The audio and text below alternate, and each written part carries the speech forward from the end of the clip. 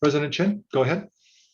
Good evening, everyone. Today is Thursday, March 11th, 2021. It is now 5:30. I am opening our regularly agendized meeting and recessing us directly to closed session.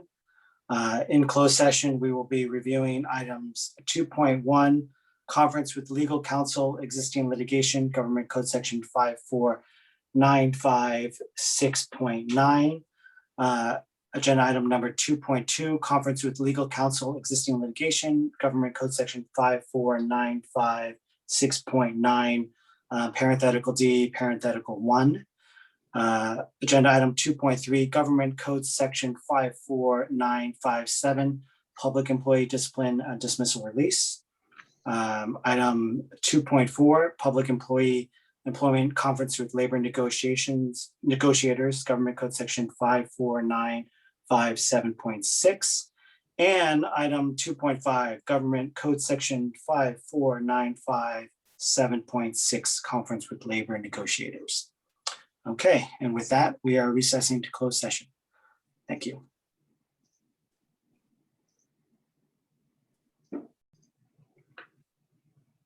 Okay, President Chen, go ahead. Good evening, everyone. We are returning to our regularly scheduled meeting. It is 6:32 p.m. We are coming out of closed session with a report from closed session, and I will read this to make sure I have it all correct. By a unanimous vote of 5 ayes and 0 noes, 3 temporary certificated employees will be released effective the close of the 2020-21 school year. And so that is the report out of closed session. And we are going to move on to our flag salute. Peter, if you wouldn't mind, thank you. If you guys want to unmute or not, it could just be me, but please salute the flag. I pledge allegiance to the flag of the United States of America and to the republic for which it stands, one nation, under God, indivisible, with liberty and justice for all. Okay, item 3.3 is roll call. Trustee Corzo. Here. Trustee Proctor. Here. Trustee Warren. Here. Trustee Watkins. Here. And I am here as well. So we are all here. Next on the agenda is the item 3.4, approval of the agenda of the March 11th, 2021. And before you approve this agenda, I'd like to pull 2 items, 5.1.1 and 7.4. Those items are not ready for this evening's meeting, but they will be back on your agenda March 25th. Great, thank you, Dr. Rosas. Any other changes, amendments to the agenda? If not, does anyone want to make a motion?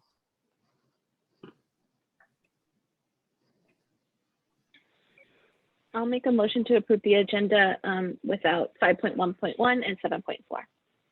Thank you, Trustee Proctor. Do we have a second? I will second. Thank you, Trustee Watkins. Roll call vote, Trustee Corzo. Yes. Trustee Proctor. Yes. Trustee Warren. Yes. And Trustee Watkins. Yes. And I will vote yes as well. Next on the agenda is item 3.5, the approval of the minutes. And we have the February 4th, February 16th, February 22nd, February 23rd, and February 26th special and regular board meeting minutes. Does anybody have any questions, comments, or motion to approve?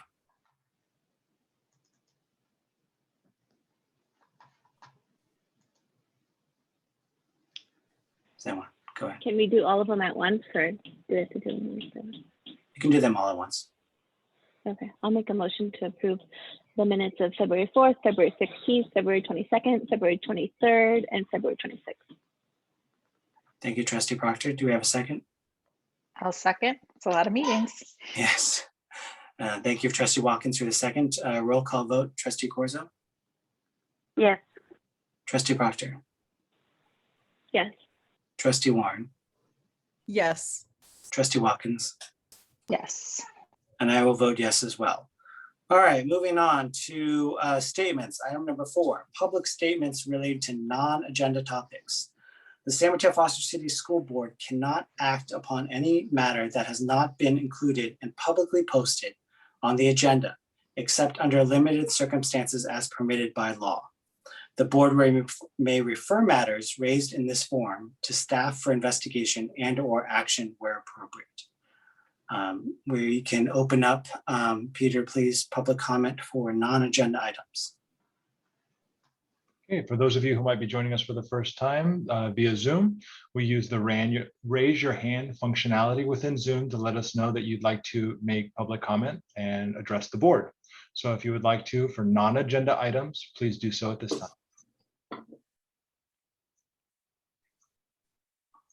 Okay. President Chin, we currently have 6, possibly growing. What time limit would you like to give for public comment? Let's go with 2.5 minutes, please. 2.5 minutes. Okay, first, we have Mrs. Wong, and then after Mrs. Wong, we'll have Randy. Mrs. Wong. Hi there. I just have a question. I'm really excited that all of our schools are back TK to 2nd grade. And I'm just wondering when the board meetings will be back in the boardroom, because I'm excited to be there. Simple question. Thank you. Okay, thank you.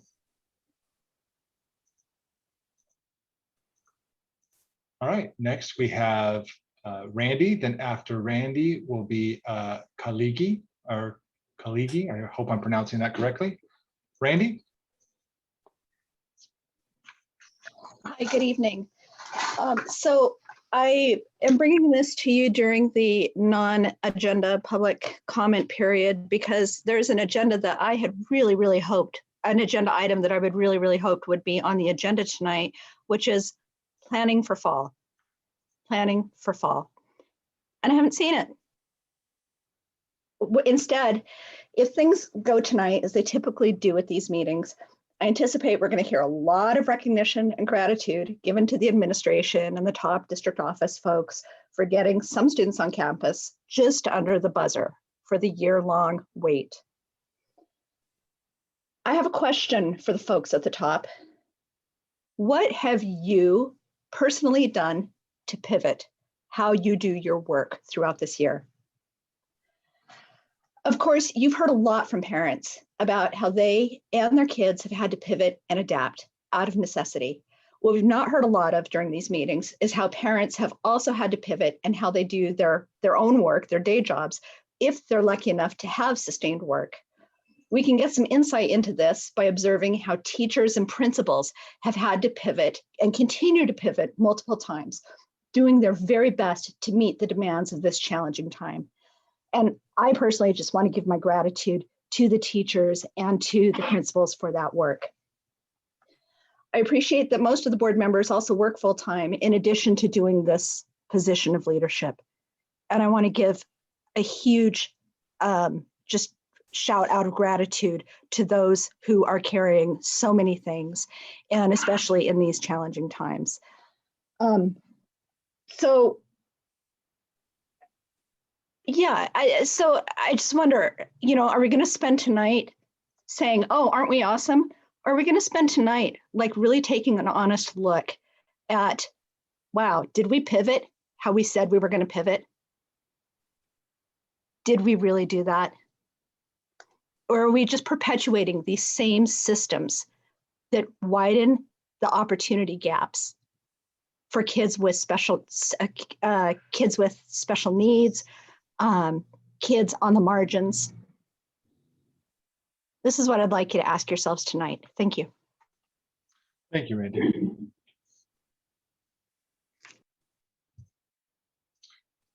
Next, we have Kaligi, and then after Kaligi will be Julie. Kaligi, my apologies if I'm mispronouncing your name. Can you hear me? No, Kalagi is good. Thank you so Okay. much. Thank you. I have actually a question about, first thing I wanted to thank you all the district and, Foster City Elementary and all the other schools to open schools for the kids and the hybrid option.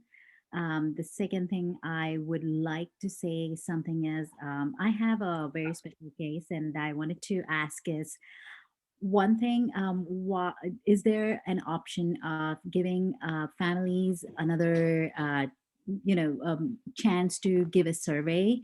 And I have a very simple request is, one thing, when the last survey was gone out, it was November, we didn't have a vaccine. Things are really changing very fast in a very good good phase that if given a chance, there will be a lot of family who can actually take an advantage, and a lot of kids more than anything can take advantage of going back to school in hybrid, or at least changing their options if they wanted to go from full-time to hybrid options. And I can say personally for my kids, is one of the kids is going to the hybrid, another one is not. With the whole long winter, what I have seen is it's really affecting the kids' mental health. So if we can have that option available to us, that would be great. In my particular case, one of the teachers were senior and they left my son's school and they retired in the middle of the winter break, and it's really it feels like we are actually getting penalized for selecting an option of stay with the teacher when the teacher has been changed since we made the choice. So if there is a chance, my suggestion is to give another option to the families who can go back to school for all the kids, for the kids' benefit. And I guess I'm running out of my time, but that is what my very specific suggestion is. Thank you. And thank you. Next, we'll have Julie. Then after Julie will be Robin. Julie? Good evening, trustees. Julie MacArthur, I'm SMETA president for those attending who don't know. I guess cue the gratitude. I did actually want to thank the district staff and Sue Weiser for their collaboration on the middle school MOU, which we've been able to complete in record time, if I say so myself. And we're really excited to be able to have middle schoolers come back on campus, and also just share that, I've heard about a few hiccups at sites that we're continuing to kind of work through. But on the whole, teachers seem very happy to be back on campus and in the presence of students. The students who are there seem very happy. I think teachers who transitioned to full-time distance learning, and everybody has spent the week getting to know their new classes. So I did just want to say, thank you to the district and to the board for your collaboration. And I look forward to continuing to problem solve as we go forward, figure out if we can find some more creative ways to bring students onto campus, and to start looking at what we can do in the fall to continue to be safe and follow whatever guidelines may be in place, but also address the needs of our student population. So thank you very much. Thank you, Julie.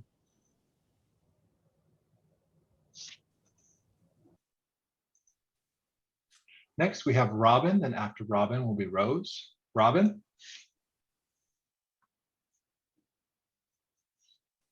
Hello, good evening. My name is Robin Lovell. I am a math TOSA and a proud member of the broader San Mateo Foster City School District community. And tonight I'm here on behalf of the Sanctuary Task Force. For the past year, my role for the past year, I believe it's been going on longer, our small task force has advocated on behalf of students from immigrant origin families. And my hope tonight is to shine some more light on the issue of digital access for all of our students. There is a digital divide across educational settings everywhere that continue to exclude many students from the meaningful engagement in their coursework. And our immigrant origin families in San Mateo Foster City are particularly hard hit. We know that technology department is working towards solutions, but we felt that the community needs to understand how great the divide continues to be. I want to share a personal story. Last week, I stepped in to release a first grade teacher due to an emergency at one of my sites, and I got to teach a math lesson. Most of the kids were actively participating, but at one point, a grandma came on. She unmuted to tell me in Spanish that my mic wasn't working and that her child could not hear. With good reason, she was angry. I tried to troubleshoot, but it was clear the other kids could hear me, and it seemed to be a connection issue. Sure enough, a number of other students unmuted and told her that they could hear just fine, that it was her problem. So what happened there? One of our 6-year-olds, first of all, was unable to participate in the learning, and I doubt it was the first time. What began with a grandma trying to help her help the best she knew how, then turned into a status issue where the boy was embarrassed because his grandma was blaming the teacher. It was heart-wrenching. This is just one anecdote that offers an example of the many barriers that immigrant origin students face, such as language, resource access, internet connection, etc. And I hope this board feels morally bound to take a closer look. The Sanctuary Task Force and our fabulous teachers across the district are ready partners, eager to support our students however we can. What this story also reiterates for me is that we have students at the intersection of multiple barriers for whom we need to have answers so that every single student has the opportunity to strive in our schools. We need a backup plan for when a student has a faulty district provided hotspot or internet connection. What do we offer in this case? Currently, families are told to wait and see. Do I continue or am I done? If you could just please wrap up your thoughts quickly. This can lead to a student being unable to log in to classes for a full month. Is there a stipend to cover Wi-Fi in the meantime while the hotspot is being fixed? Can the district purchase backup hotspots? I look forward to seeing how this board rises to the challenge so that next time a story like this plays out, we can resolve it before status issues arise. Thank you very much. Thank you, Robin. Next, we have Rose, and after Rose will be Rena. Rose?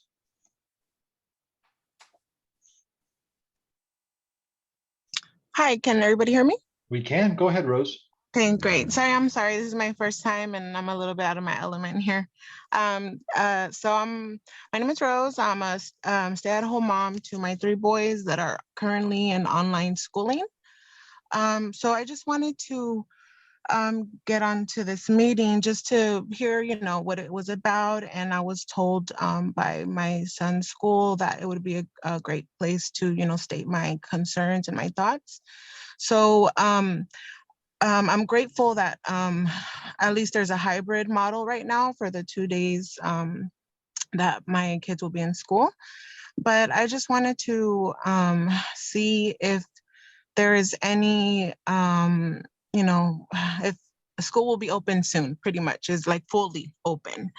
Because I'm just looking at the news and, I've read that the CDC states that it's safe for children to return to school. And then I'm seeing that my son that is in preschool, there's a part of the preschool that's open. And then of course there's private schools that are open and, everything seems to just be going well. So I'm just kind of thinking, what is the difference between those schools and public schools. So I'm just hoping that you all can consider the, because I know in my case, and I'm pretty sure in many cases, children are totally negatively affected by being, at home in school. And the person that was speaking, I believe it was Robin, mentioned about some difficulties with, access and things like that. And, thankfully the district was able to provide the Chromebooks and all that good stuff. But I do understand that there's a lot of people that, language barriers and things of that sort. So, and just make it to make it short, it would be, I think the best thing for children would be to be in school fully. And that's about it. Thank you for your time. Thank you, Rose. Next, we have Rena, and then after that will be Anise. Rena? Hi, good evening. This is an abridged letter sent to Dr. Rosas and the trustees today and signed by more than 150 members of our school district community. We'd like to thank you for taking concrete steps to get all middle school students back on campus. Despite its limitations, the hybrid plan is a start to getting our kids back where they need to be, in person with their teachers and their peers. We appreciate that the district administration appears to be taking parents' feedback seriously. As this past school year has shown, we deserve to know the truth about any plans for our children. Having honest leadership is of utmost importance and will help build back the trust among all stakeholders that has been fraying over the past 12 months. Consistent with the need for greater openness and planning, we expect to receive the criteria and metrics that would allow middle school kids to be in school full-time, moving to classrooms in the normal fashion. This is our shared goal, and we ask what would prevent it from becoming a reality. By next August, our national vaccination effort will have been widely deployed among the vast majority of adults, leading to some level of herd immunity and lower rates of community transmission. There will also be fewer variants since we already have mechanisms in place to address them. So please commit to bringing the kids back full time and letting parents decide what works for their own family. We respectfully request a statement of intent to this effect from the district, despite Dr. Rosas's impending retirement. Such a statement will demonstrate the district's good faith. Parents deserve to have as much information as possible as they make decisions about their children. If we fail to get kids back on campus in a meaningful fashion, we should expect more families to leave the district because this crisis is causing harm not only to individual students, but to our school community. We also would like to reiterate that the challenges of the pandemic call for extraordinary measures, but the community is on hand to help. Throughout this extremely long year, many parents have voiced one simple question: how can we help? Please make use of us as a resource to help plan for a normal fall. Like you, we care about all our community's students. Thank you. Thank you, Rena. Next, we have Anise. Then after Anise will be Aaron. Anise? Good evening. I just wanted to bring to everybody's attention, I did already, I believe, probably fill your email boxes yesterday when I got off the call that was, I believe, focused on superintendents and school districts around the state it was hosted by Tony Thurman, our state superintendent of public education, and it was a very, very exciting webinar regarding the Abbott Labs Binax Now COVID-19 cards. They, as many probably of you already know, I hope, they are providing at no cost to any school district, from what I understand in California, these $5, again, the cost apparently is going to be covered by a variety of all the funds that we have already received. But nonetheless, it's a very inexpensive, extremely 99% accurate rapid test. Kids right now in 3 school districts within even San Mateo County are part of this 8-week trial that includes Ravenswood, Redwood City, and La Honda. They are looking for districts with high COVID transmission rates prior to obviously what we are going through now. They are desperate for more schools to get on board in order to prove that this is an excellent way to reopen schools fully. If there is any reason why we shouldn't do that, I would love to hear, but it seems like an amazing opportunity for us to get on the bandwagon quickly. We know we've all delayed extremely. We kind of missed the bandwagon on reopening any of our schools. We knew the complications, but now that we have this amazing, accurate 15, as I said, 15-minute accurate test at a low to absolutely no cost to our district, it could allow us an actual amazing complement to our 4 pillars. I would, as I said, I believe I've emailed all of you the link if you were not actually on that webinar as well, but and for anybody else who is interested, I'd be more than happy to put the link in the chat. But once again, it was put on by the California Department of Ed yesterday, and it's the product is called Abbott Lab Binax Now COVID-19 card. I hope that our district is able to look into this, as it is sounds like it's one of the most accurate ways of absolutely keeping COVID off any particular campus. And I look forward to seeing it as one of our many tools for full reopening in the fall. Thank you very much. Thank you, Anise. Next, we have Erin. Erin, go ahead. Hi, I'm going to share my time with my husband. My name is Erin, and I'm noticing how quickly the new information is coming out. There's so many studies. You guys have been given so many studies about distancing and mental health of kids, and I'm noticing how quickly it's coming out. And I think that any plan that we make for the fall needs to be as flexible as possible, because we need to, realize that a lot of change, it will be coming in the next few months. Today, our president said all adults should be able to, be eligible to receive the vaccine starting in May 1st. He's going to order the states. So, and also today news, CDC may change school recommendations to 3 feet distancing. I mean, I'm asking you to have the plan be that we should open fully in the fall, because that gives us the most flexibility to respond to anything new and any change that will come out. Thank you so much. And I would like to yield the rest of my time to Kevin. Hi.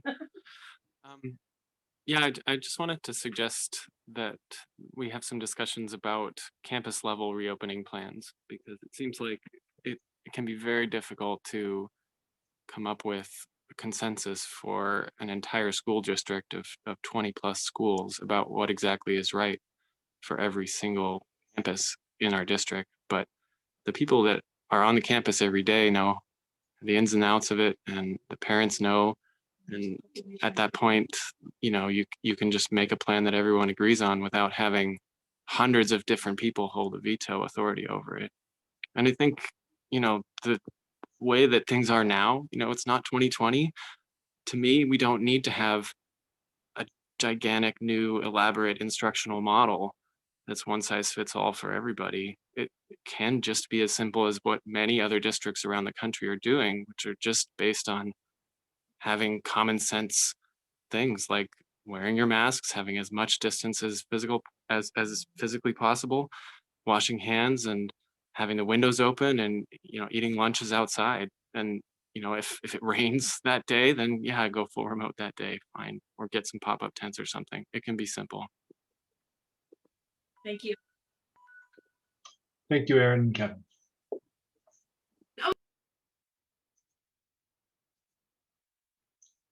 Okay, President Chin, we have no other hands for public comment at this time. Thank you, Peter, and thank you everyone for your public comments.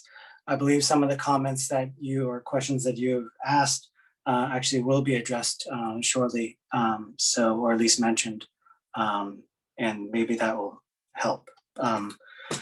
Moving on to item 4.2, public statements related to agenda items. Persons will be called on at the appropriate time. Item 4.3, foundation or committee reports. Does anyone want to go first? Well, actually, maybe what we should do, we have the Ed Foundation, Sonia. Why don't we let her go first if she's here? Do we have the Ed Foundation here?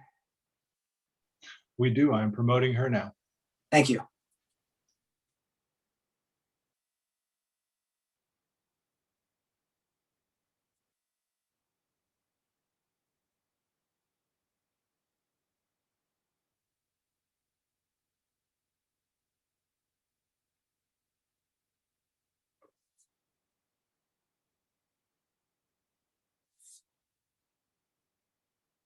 Hello.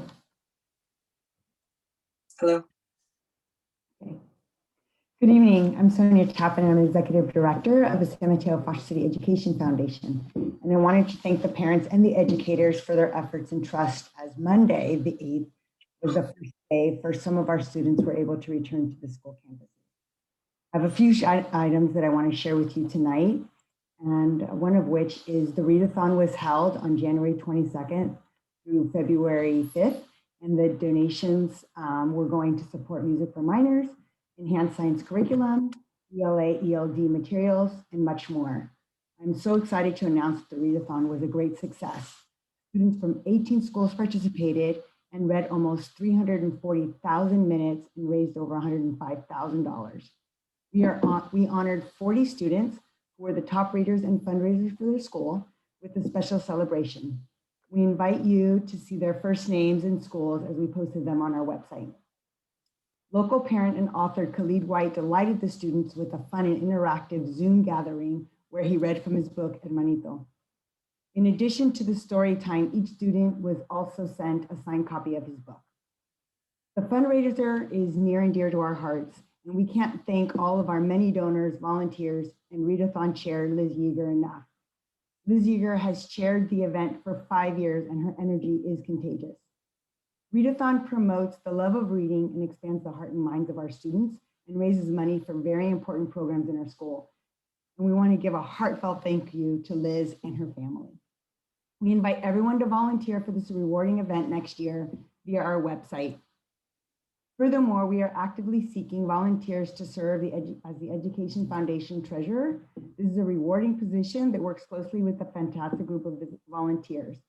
If you're interested in becoming a treasurer or joining our board, please email me at director@smfcsedfund.org. Safeway in Foster City had a grand reopening for their extensive remodel on February the 24th.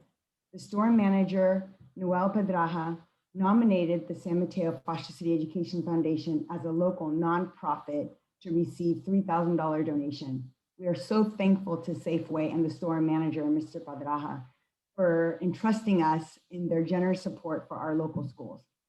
If you're shopping in Safeway, please thank them for us for supporting our students. Lastly, I want to let you know of our current initiative, which is Project Inspiration. Project Inspiration is our 3-year, $5 million initiative, which focuses on 3 goals: advancing leadership, health and safety, and STEAM education. To effectively support the initiatives, we welcome the support of strategic partners for our community, and we welcome you to join us by asking foundations, corporations, and small businesses to partner with us as we continue to inspire students to dream and create their best tomorrow. I have one more item, sorry, I forgot about, and that is that we were able to donate over 190 KN95 masks to our educators and staff at the district. And we just want to express our gratitude for their efforts and add to their PPEs. Thank you. Thank you, Sonia, and thank you to the Ed Foundation for everything you guys do. We really appreciate it. We know that you guys do a lot of great work, and we really do thank you. Before we get to the actual trustees, other foundation or committee comments, Trustee Corzo, would you mind announcing the language translation services, please? Sure. Perdón por anunciar tarde, pero sí tenemos traducción en español disponible. Si lo ocupan, ojalá ya lo están usando, pero si no, pueden levantar la mano. También no se les olvide hacer clic en la pantalla, en el globo, el mundo, ahí pueden cambiar la idioma. ¿Ok? Gracias. Thank you, Trustee Corzo. Since you have the mic, do you want to start with any committee or committee announcements? Sure. Yeah, so Lisa and I attended the Sanctuary Task Force meeting, and I think she probably also attended last week. I wasn't able to make that one, but there was a debrief about the superintendent community meeting that was held, and just kind of some thoughts and ideas for the next one, as well as just, you know, raising some ongoing issues in our district around equity. There was also the idea of, or not a brand new idea, but there was, you know, mention of, you know, a rubric or, you know, some like equity in tech, equity in like different areas of our school district and its systems. So yeah, I just wanted to share that. Lisa, I'm sure you can add much more. Thank you. I don't know, Noelia, you covered quite a bit there. We do every Thursday afternoon, we do discuss inequities that we see in the district, and where we can even come in and interrupt the system. Can you hear? Trustee Warren, you're breaking in and out a little bit. Okay, is that better now that I don't have a picture? Yeah. Okay. So anyway, basically what we've been discussing is just ways to address the different inequities that we see within the district and how we can help support our students, you know, live, lead, and learn with integrity and joy by helping them address their basic needs so that they can focus on the learning aspect.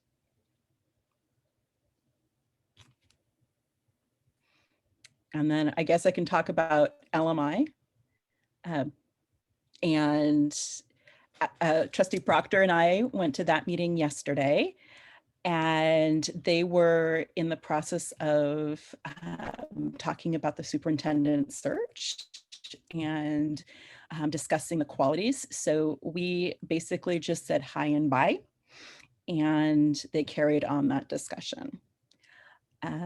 Also with the, what's the other one, CDAC, we haven't had a meeting since the last meeting, but I do know that Trustee Corzo and I will be meeting with the heads of the CDAC just so we can be informed of, you know, where they plan on taking the group this year and what they hope to accomplish.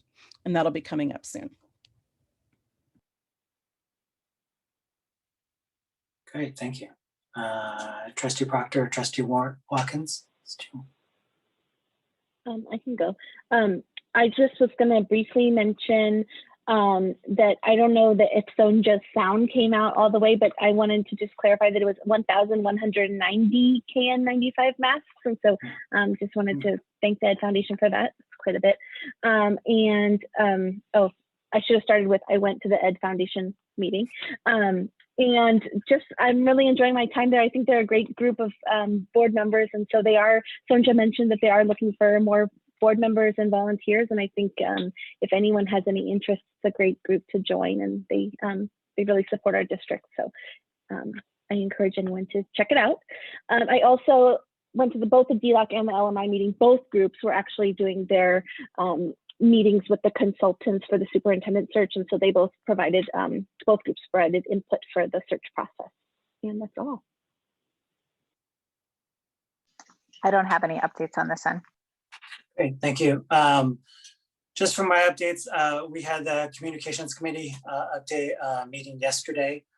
We did give an update on the reopenings and also the superintendent search.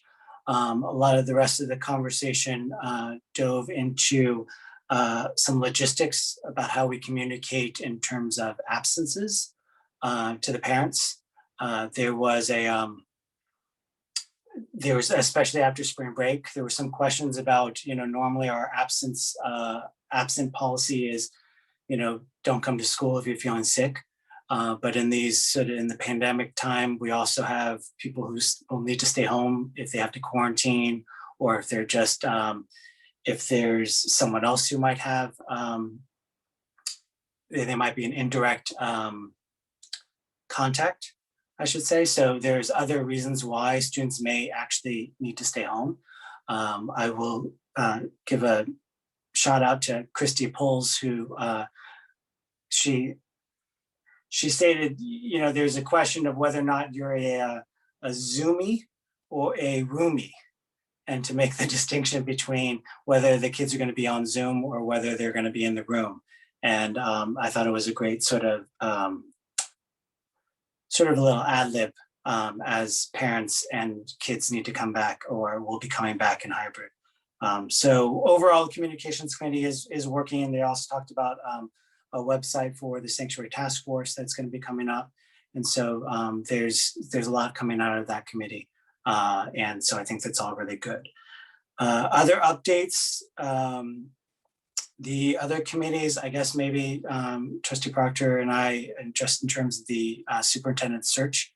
For those who don't know, there is a big community outreach right now push. There is a survey, an online survey that is going out, that has been out. It was announced and sent to everybody through School Messenger yesterday. Also this week, there were community meetings with the DLAC and a general meeting last night as well to solicit comments for the superintendent search. To fill you guys in just in terms of the timeline, we are going through with the community outreach now. The consultants did say they will come back and provide a report to the board at our next meeting, March 25th, after they have contacted and collected everybody's comments. From there, there will be outreach to the candidates, or the actual position is open right now, and they have been collecting resumes from different candidates already. That will close, and we will be shooting to have interviews at the end of April. So that's sort of the ad hoc committee.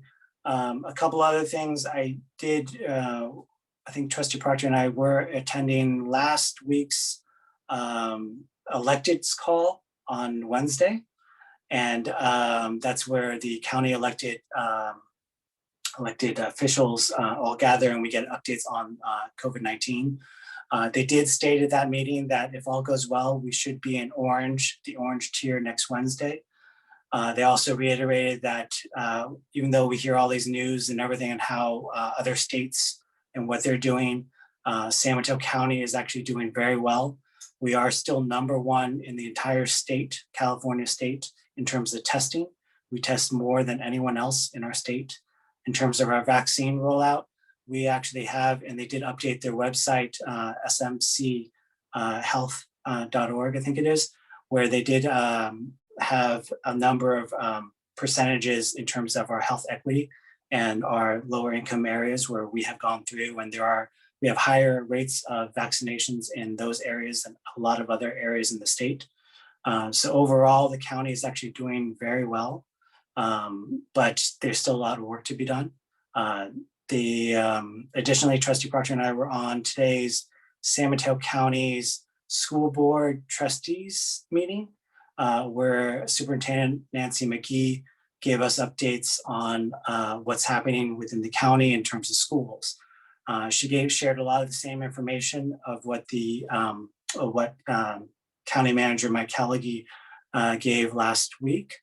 But she also stated that there are going to be updates to our pandemic framework, the county's pandemic framework, which will provide updates at the earliest next week. She said she'll try to do it this week, but it's not going to happen. It'll be at the earliest next week, that there will be future guidance in terms of everything that we're hearing. All the studies that have been coming out to talk about the 4 feet, 6 feet, 3 feet, talking about fall, talking about social distancing, talking about even travel after spring break.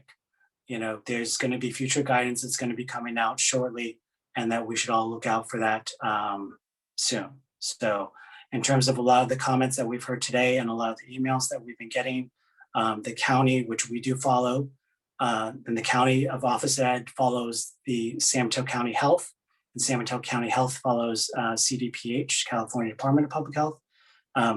Basically, all that the new guidance will be coming out shortly, so we should all stay tuned. I think that's it. I'm sorry, that was a lot of information, but I don't have any other committee updates. So, foundations. Item 4.4, announcements. Does anyone have any announcements that they'd like to make? No. Great. Okay. Item 4.5, superintendent report. Dr. Roses. Oh, sorry, Trustee Corzo, did you have something?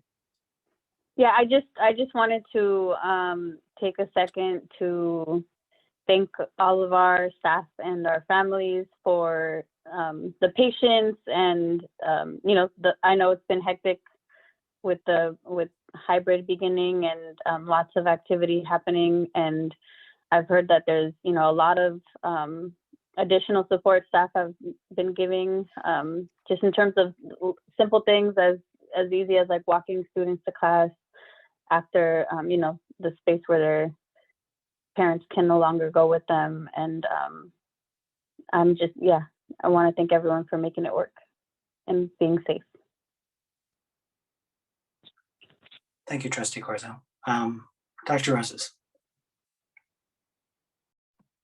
Most of my comments will be related to the reopening update that's coming up. However, there were a couple of things that I thought that I would share that are not in that report. As you mentioned, if all stays the same, San Mateo County will enter into the orange tier. It would be on Wednesday then, March 17th. Because our adjusted case rate is 3 right now, positivity rate is 1.2%, and the health equity rate is 2.3%. So this is very good news to be moving out of such a difficult time that we've had. Around the county, there are 12 districts out of the 23 that have reopened to having a grade level in class. So 12 out of the 23 have reopened. We are one of those 12. When we reopened, we did continue with our learning hubs. And I had been asked by you, where are we with our learning hubs? And so I just wanted you to know that there are 38 learning hubs. And these don't include the ones that our partners are holding in for example, in the cities. These are the ones that are our annex, with Newton and with YMCA that are on our site that we are funding. The 435 students in those learning hubs, and about 100 to 150 students would benefit from a hub. So we continue to look for ways to expand that. Even as we reopen, the hubs are continuing. Vaccinations, I did want to let you know that about 800 of our 1,200 employees have been vaccinated, and it is expected that it will take about 3 more weeks to finish up the educator population in the county. But 800 is about 2/3, so we're feeling very hopeful about that. And we do appreciate the County Office of Ed and the San Mateo County Health for their work in getting our educators vaccinated. We had talked about returning to the boardroom, and we are looking to return to the boardroom for our April meeting. Our plan is to continue to Zoom the meeting so that there can be more participation than the number of people who could actually be accommodated in the site. Because in the physical building, we'll still have to have a capacity, a maximum capacity, and a maximum capacity within the boardroom. So we will return and we will have more on how that will work at our next March meeting, March 25th. Now, planning ahead, I am going to be saying this in the reopening update, but I did want to let everyone know that the president of the board and I are working on spring break to establish a board agenda builder for the remainder of the school year and into next. This will be posted and then you can look ahead to see what is going to be presented. For example, if you want to know when fall reopening is being discussed or other topics of interest, you should be able to find them there. Now, do remember it is a planner. It can and will change. On the topic of fall planning, information will start coming forward during our board meeting in April. The goal for fall is to return in a normal fashion. Our goal is to return to school in the fall in a normal fashion. We are watching guidance to help us move in that direction. We have been asked, why are we unable to add more students into the classroom the way they see other counties filling their classrooms? Our schools are tied to San Mateo County Health, which is then tied to the CDPH. San Mateo County Health is what we have to follow, and their guidance is 6 feet distance. So we do hear, as President Chin mentioned, we heard today that there could be some change in that. At this point in time, it is still 6 feet, and that is why we're continuing with the hybrid model that we have established. So we will watch and look at what comes out and make decisions from there. So those were just a few things that didn't really fit in the reopening presentation and questions that you had asked me in the past that I wanted to respond to. So that's all that I have for my update right now. Thank you, Dr. Roses. We are going to move on with our agenda. Item number 5, proposed consent agenda. All items on the consent agenda are considered by the board to be routine and will be enacted by the board in one motion in the form listed below. There will be no discussion on these items prior to the time the board votes on the motion unless members of the board, staff, or public request specific items be removed and discussed from the consent agenda. The superintendent and staff recommend approval of all consent items. Movement of any recommended consent item is appropriate at this time. Does anyone from the board or the public or staff like to pull one of the consent agenda items?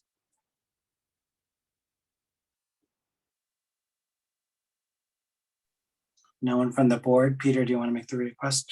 Yeah, no problem, President Chen. If any member of the public would like to pull any items on the consent agenda, and that includes all items beginning with 5, please use the raise your hand and functionality in Zoom now. I will call on you and ask which agenda item you'd like to see pulled.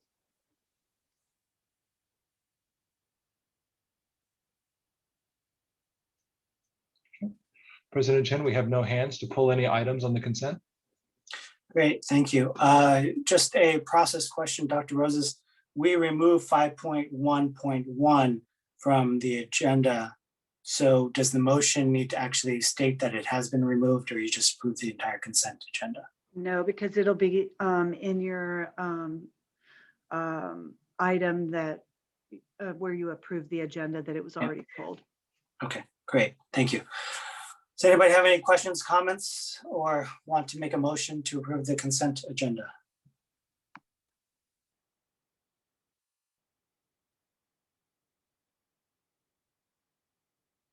A motion to approve the consent agenda. Thank you, Trustee Corzo. I'll second. Thank you, Trustee Proctor. Roll call vote, Trustee Corzo. Yes. Trustee Proctor.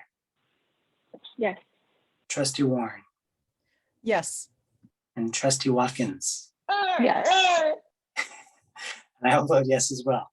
The consent agenda has been approved. Moving on to item 6.1, update on elementary and STC reopening and plan for middle school reopening. Dr. Roses.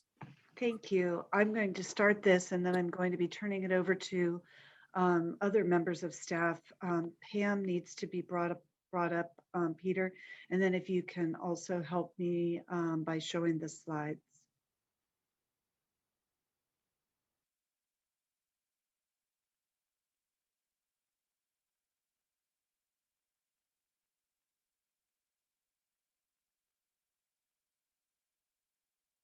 Thank you, Peter. So I'm going to give you a reopening update as of March 11th. So the first slide is, first set of slides are around elementary school reopening. I would like to congratulate our elementary school staff on a very smooth transition to new classes and to a reopening. We have students now who are still in distance learning, but also students who returned. March 8th, we had cohort A came in, and then on the 11th today, cohort B came in for TK2 and special day classes. Next week on March 15th, cohort A will come in, followed by cohort B on the 18th. Again, as I stated in my superintendent report, a reminder about distancing. The CDC guidelines are 6 feet and in some cases 4.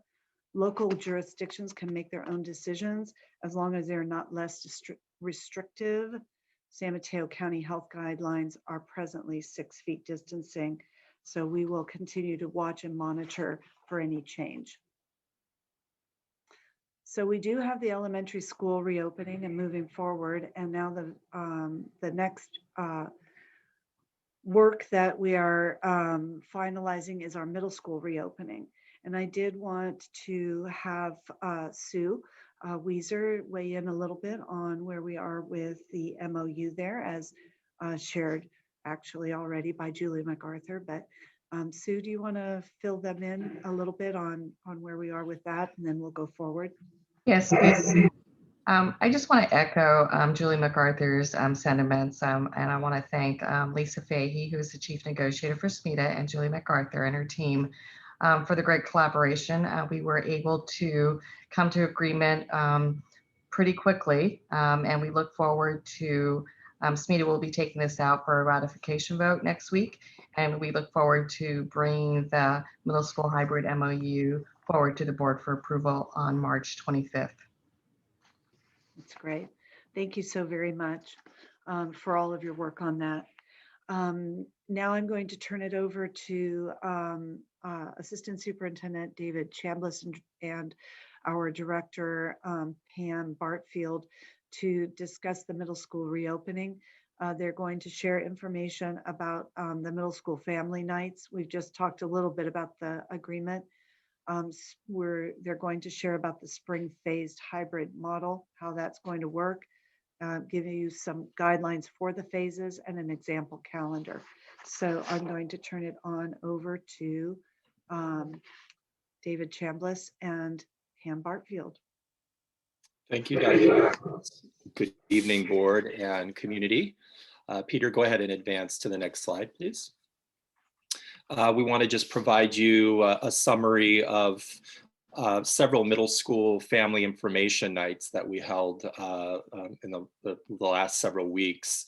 That was an opportunity, of course, to engage and have conversation with our families about our middle school planning. We got a chance to share the key considerations that have gone into that planning and specifics around the spring hybrid proposal. We were pleased that we had approximately 900 participants across what amounted to be 6 engagements. We did have the opportunity also, we kind of piggybacked on Dr. Rosas's scheduled superintendent coffee chat to speak with our Spanish language families. We had approximately 100 participants that night. It was a good opportunity just entirely in Spanish to go into the details of the middle school planning. The family information nights were helpful in a variety of ways. Most importantly, the opportunity to get feedback from our families, and we did that by, of course, enabling folks to ask questions or make comments in writing through the chat function in Zoom, as well as to unmute and ask questions. And as I said, actually engage in kind of a back and forth conversation in the moment. And then also we did a kind of pulse survey where we were able to get written feedback from families about the information that we were sharing with them. we have for you, go ahead, Peter. We have for you just a set of slides. One of the fun functions of that survey was it could create these what are called wordles based on the words in the written replies that we got from families at those events. You know, what words come up a lot. So when we asked families about the advantages of the model that we'll be sharing with you this evening, this was the wordle that came up, and you can see obviously teacher contact, kids in person, back on campus, that kind of thing. That was obviously important features or advantages to the model. Go ahead, Peter. And then we also, of course, asked what they felt were some of the disadvantages. And there was lots of questions about, the students being in class, some of the instructional model, this idea of streaming to other classes, and concerns about the challenges of that. Go ahead, Peter. And then at that time, we asked what families need to know to decide hybrid or full-time distance learning. And you can see probably phase stands out as the most central.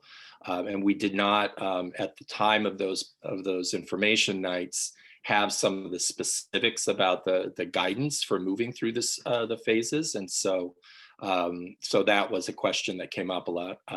Fortunately, tonight we'll be able to provide more specific information for you about that. As Dr. Rosas and Sue Weiser mentioned, the completion of the tentative agreement on the middle school MOU was huge and an important part in obviously determining the information that we can share with you this evening. Go ahead, Peter. So as we turn to the spring phased hybrid model, I just want to kind of provide a few highlights, and then I'm going to hand it off to Director Bartfield to provide more details. One of the things that is an important highlight, of course, is implementing a model that meets the physical distancing requirements that have been even discussed this evening in our classrooms, which essentially is approximately 15 students, no more than 15 students in a classroom at any one time.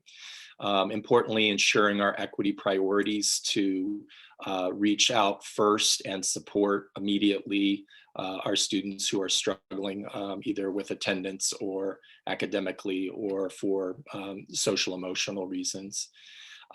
We did acknowledge, and depending on the kind of the results of the surveying that will be completed in a few days of our families, we did note that the possibility of having all of our students participate in person was important. We could do it via an A-B cohort. So literally, if 100% of our families wanted to choose in person, we had a schedule that would allow them to do that in the A and B cohort.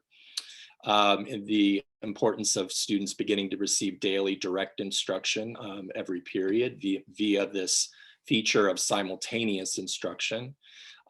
Importantly, the hybrid schedule that we're presenting to you this evening works with our current master schedule, which really minimizes the disruptions and allows both full-time distance learning and students who are coming back in person to experience continuity from everybody being full-time distance learning to the implementation of the hybrid. That ensures, of course, that all of our teachers are teaching in their credentialed subject area, which guarantees a quality of instruction that's essential. That acknowledging that we wanted to start off with the lowest possible number of contacts, that is the number of different students that a teacher or a student would see in a day. And that would also ensure that we didn't have student mixing or intermingling is another way it's described. That the model will allow us to have the flexibility to increase as the movement through the tiers and time passes, so that we actually can move toward more, quote, normal schooling. And then finally, another major highlight is that we will be able to continue the strategic support cohorts that we have begun after school primarily on Wednesdays, with the possibility even of expanding those supports to other days during the week. So at this time, I'm going to hand it off to Director Bartfield, and she's going to provide you with more details. Good evening, board. Thank you for having me here this evening. So P, if you want to go to the next slide. So the next few slides, we're going to take you through the model of the phase hybrid approach. So this slide is a summary of the 5 phases. Phase 1, and I'll talk a little bit about each one here, and then the next few slides will go into each phase. So the first phase is really around what's a safe way to bring students back to campus at the middle school level that starts with the stable cohorts. So phase 1, you'll see, is a stable cohort of 15 students each in those 2 cohorts with a total contacts for the teacher of 30. The students in phase 1 are not mixing, they're staying together for the entire school day. In phase 2, we actually start mixing students. And because we're keeping our same master schedule, the students will be mixing. So here you see we lose the word stable, but we still have 2 groups of 15 students. And then we have, so teachers will have about 60 total contacts per week. What the difference here is, and you'll see in the schedule a little bit later, is students will start moving to another class period. So instead of staying in first period or homeroom all day, they're going to move into 5th period. In phase 3, we continue with increasing the contacts. And so now we have 90 student contacts per week. And we're doing that because we're adding a shift into 4th period. And then phase 4 is what you might see as in our schedule as a true hybrid, where students are going to all of their classes. So this jumps up to 210 contacts per week. Still, we have the 2 groups, so the A and B cohort, but students will then go to all of their class periods. And one of the great things about this phase hybrid is that because it works with our master schedule, it is easy to go into a full return in the fall, or when we're able to do that. So the next slide, I'm going to take you through, I'll spend a little bit more time in phase 1 just to explain what's happening around the instructional model. I'm actually going to use who I see on my screen. So I have myself, David, Trustee Chin, and Trustee Proctor. We're going to be the students. So in phase 1, there's group A. So Trustee Chin and I are group A students. David and Trustee Proctor are in group B. So in phase 1, as I mentioned before, we are in a stable cohort. So Trustee Chin and I, we're group A. On Monday, we go to school and we go to our first period class. We're with our first period teacher who's in front of us. And so we're getting instruction from that first period teacher. So I may or may not be on my computer at that point because the teacher's in front of me. However, Trustee Proctor and David are at home and they're going to be streaming into the class from their houses. The bell rings, 3rd period happens. We don't move. We're staying in our, Trustee Chin and I are staying in our first period class with our teacher, but now we're in 3rd period. So Trustee Chin and I are opening up our Chromebooks.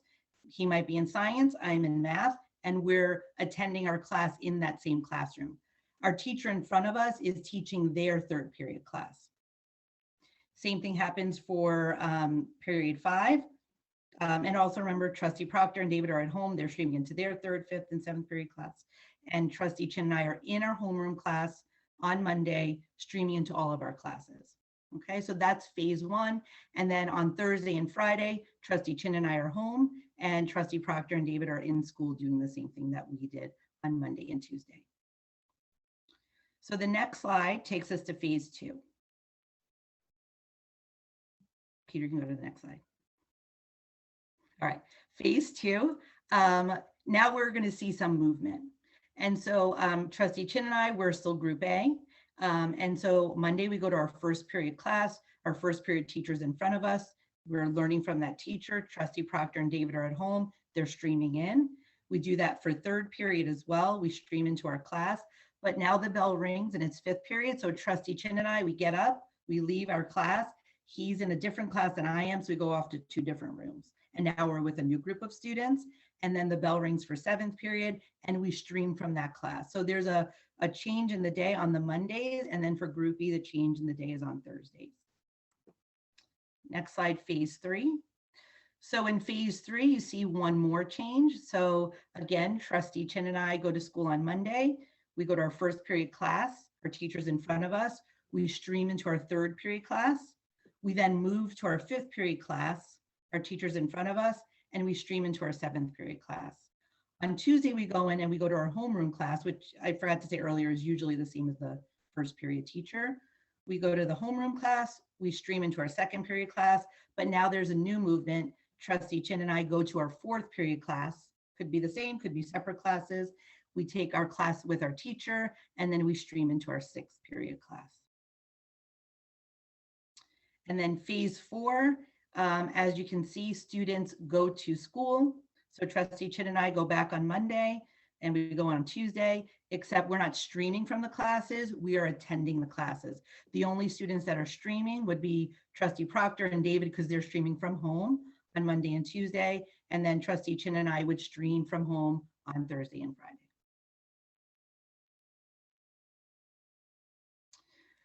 So we did look at the bell schedule to create some possible revisions. This is still something we're working out with the school sites for exact timing, but you'll see some examples here.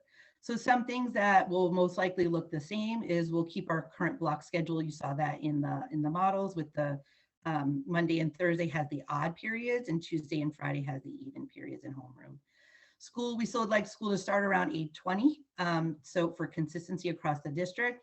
There will still be breaks between classes. You'll see in the next slide, we're calling stretch breaks, a snack break. And what also would be the same is that Wednesday students would remain in full-time distance learning and go to all of their class periods. What may be different is we obviously at the middle school level have to create an ingress and also a dismissal time before the first period bell and then of course after school ends. We are looking to have the class periods a little bit shorter, so going from 70 to 60-minute periods. We're doing that so we can end the day before lunch. So Monday and Thursday, it ends around 1 p.m. and Tuesday and Friday around 12:30. So the next slide shows an example of the bell schedule. So leave that up for a moment. And again, this is a sample. We might have to work some specific details out at each site, but the class periods would remain the same amount of time. And then the next slide. So these are some of the things that we had to make sure that we're still working on or considering. Some of them have actually been worked out. A couple of things, you know, the family survey is really the big information that we need in order to start scheduling students. Because, and you'll see in a couple of slides, we are able to provide information about how we're going to move through the phases. We shared that with families yesterday from the school site. So we extended the survey that was going to be due today to Sunday evening, March 14th, to give families a little bit more time to fill out the survey. And families also know if they already filled it out and want to change their mind, they just email their school site and we are able to give them a new link. So again, this family survey will help us determine the number of in-person students and if they're in the A or B group. Another thing that we're still working out with our staff is knowing these next two bullets that teachers will be teaching simultaneously while supporting students. And we know when your students are in the classroom, teachers need to move around the room, but there's also kids at home. So some of the things that we're talking about with staff is taking that 60-minute period and breaking it up. Maybe the first 30 minutes, the students are on the screen and the teachers are teaching their class. The second half hour, students are completing work. And so the teacher in the classroom can be free from their screen and move around the room and support the students in the classroom. We do have to think especially for PE and music in particular, because it would be difficult if, you know, Trustee Proctor was taking band and David was taking math and they were sitting next to each other and Trustee Proctor took out her trumpet or something. And in the hub models, right? Before you get to phase 4, that's going to be a little bit difficult. Same with PE. If Trustee Chin's in PE and I'm in language arts and he's doing push-ups, that might be a little distracting. So what we did do is last week during our PD day, we had some special group meetings with our PE teachers and our music teachers to get their input on what this could look like. And then we shared that on negotiations to be part of the MOU. So more information will come out about what that's going to look like. We will have teachers that are assigned to full-time distance learning. So we have to look at reassigning or hiring additional staff to be in the room with the students, because we have to make sure there's an adult in the room for all the periods, for all the classes. We are thinking about how to plan lunch for students who go home. We still have a grab and go, and then also we might have students staying for the after school support. So we're thinking about on-campus supervision for those students. We did ask in the survey for families who needs bus transportation to get to school. So working on ways to support families with that. And just knowing, we did ask in the survey a parent preference for the A or B days, knowing we can't guarantee it, but we want to try to honor preferences because we know families are dealing with schedules with elementary, middle, and could be high school as well. So we're trying to work on that as well. Next slide. So this was the information that was shared with families yesterday from their school sites. And I want to explain this in a way because it can be a little complicated, but really think of this as the fastest possible movement through our phases if the COVID-19 metrics keep improving. So assuming, which it looks like we are, assuming that when we start on the 19th, we will be in the orange tier, okay? So if we're in the orange tier on the 19th, it really, the way our MOU sets it up is that we can move through these phases as long as we keep moving in the right direction every 2 weeks.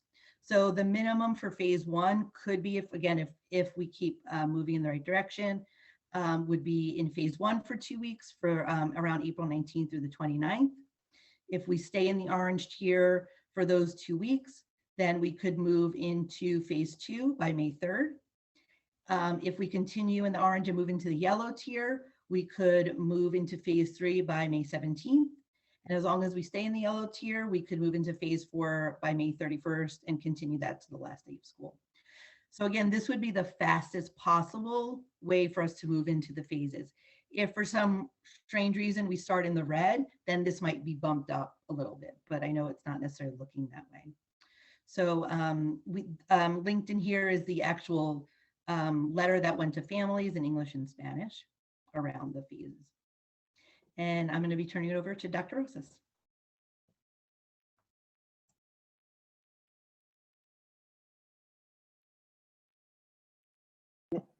Sorry, I was having trouble unmuting. Thank you so much for all the work that went into the middle school plan and sharing that with everyone. Interrelated with reopening either at elementary or middle school is AB 86.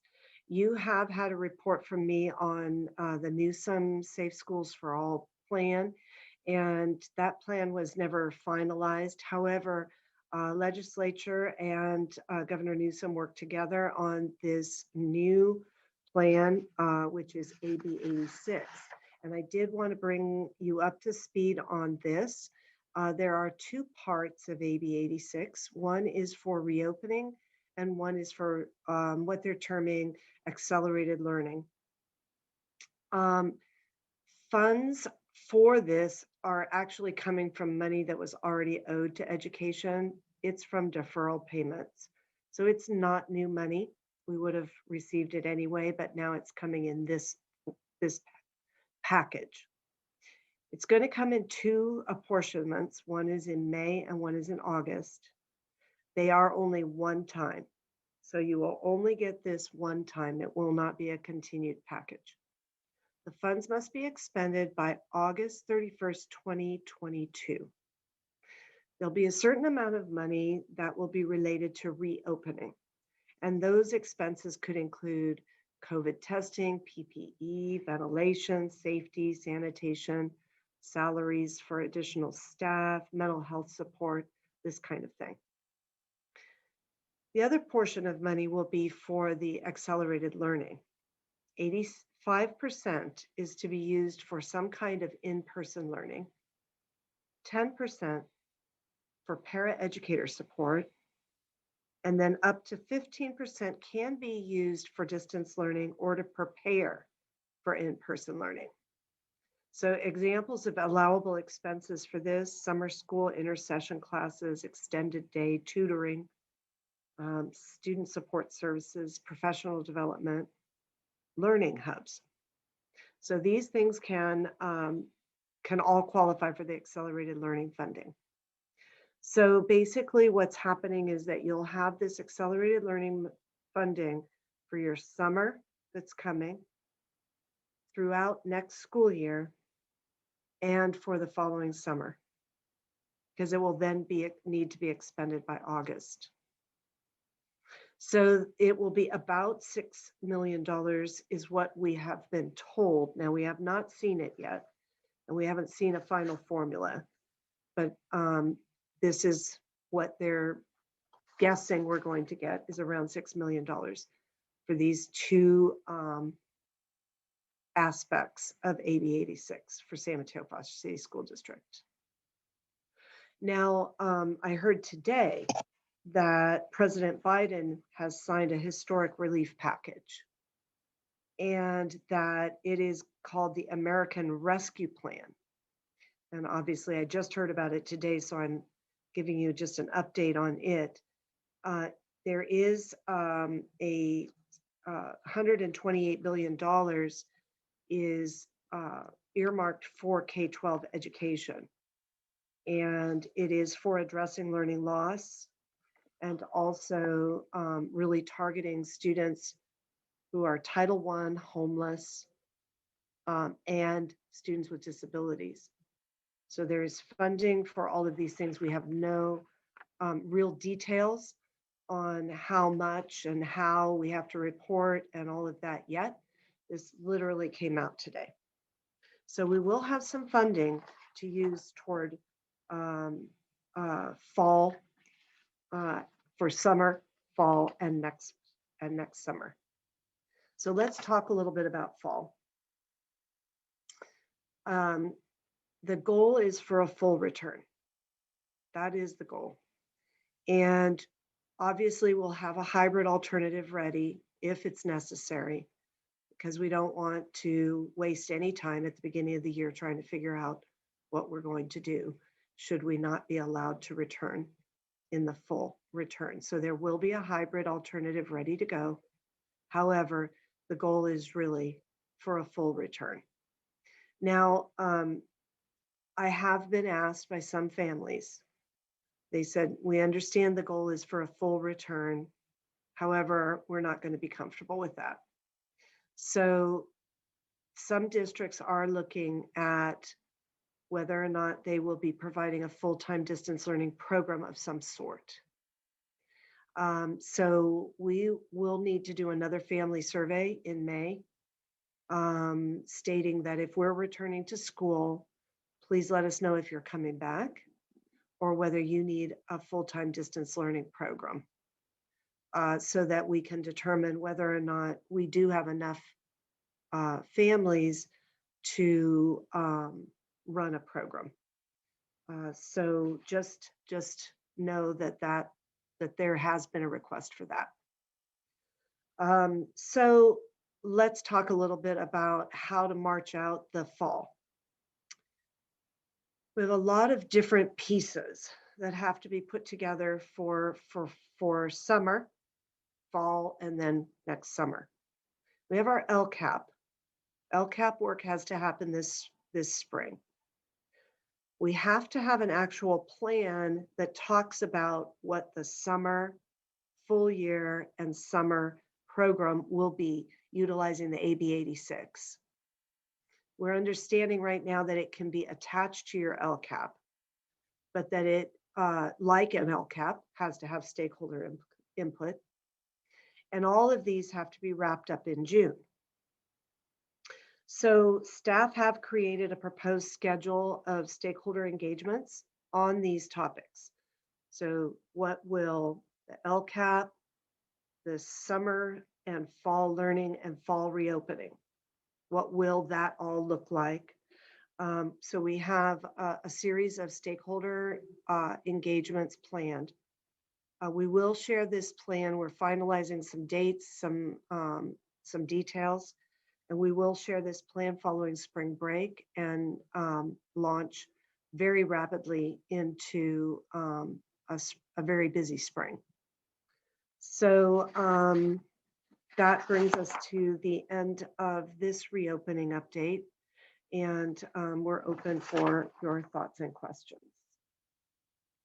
And if I missed anything, any of the executive cabinet, did I miss anything else that at this point? Okay, all right then. We're open to your questions and thoughts. Great, thank you, Dr. Roses. Thank you, Dr. Roses.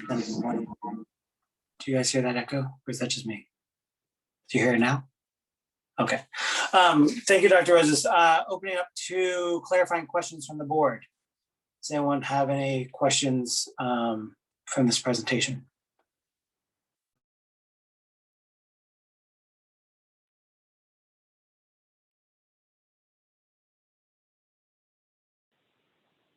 I had a question on AB 86. And what I understand is that we would have to, at least to get the reopening money, we would have to have a grade in middle school open by April 1st. And so I was just wondering, with our timeline for opening April 19th, what are we losing? What are we kind of out here? Just in terms of dollars. We are not held, we are held harmless for the fact that we are in spring break on April 1st. And so our first actual opportunity to return is April 12th. It is only by actual school day, and it is 1% of a portion of the AB 86 per day that you don't open. So there would be a 5% of a portion of AB 86 because we're starting April 19th. Thank you for that. Mm-hmm.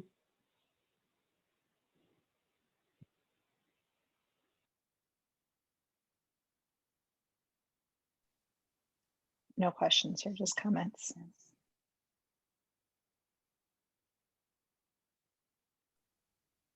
Does anybody have any other clarifying questions?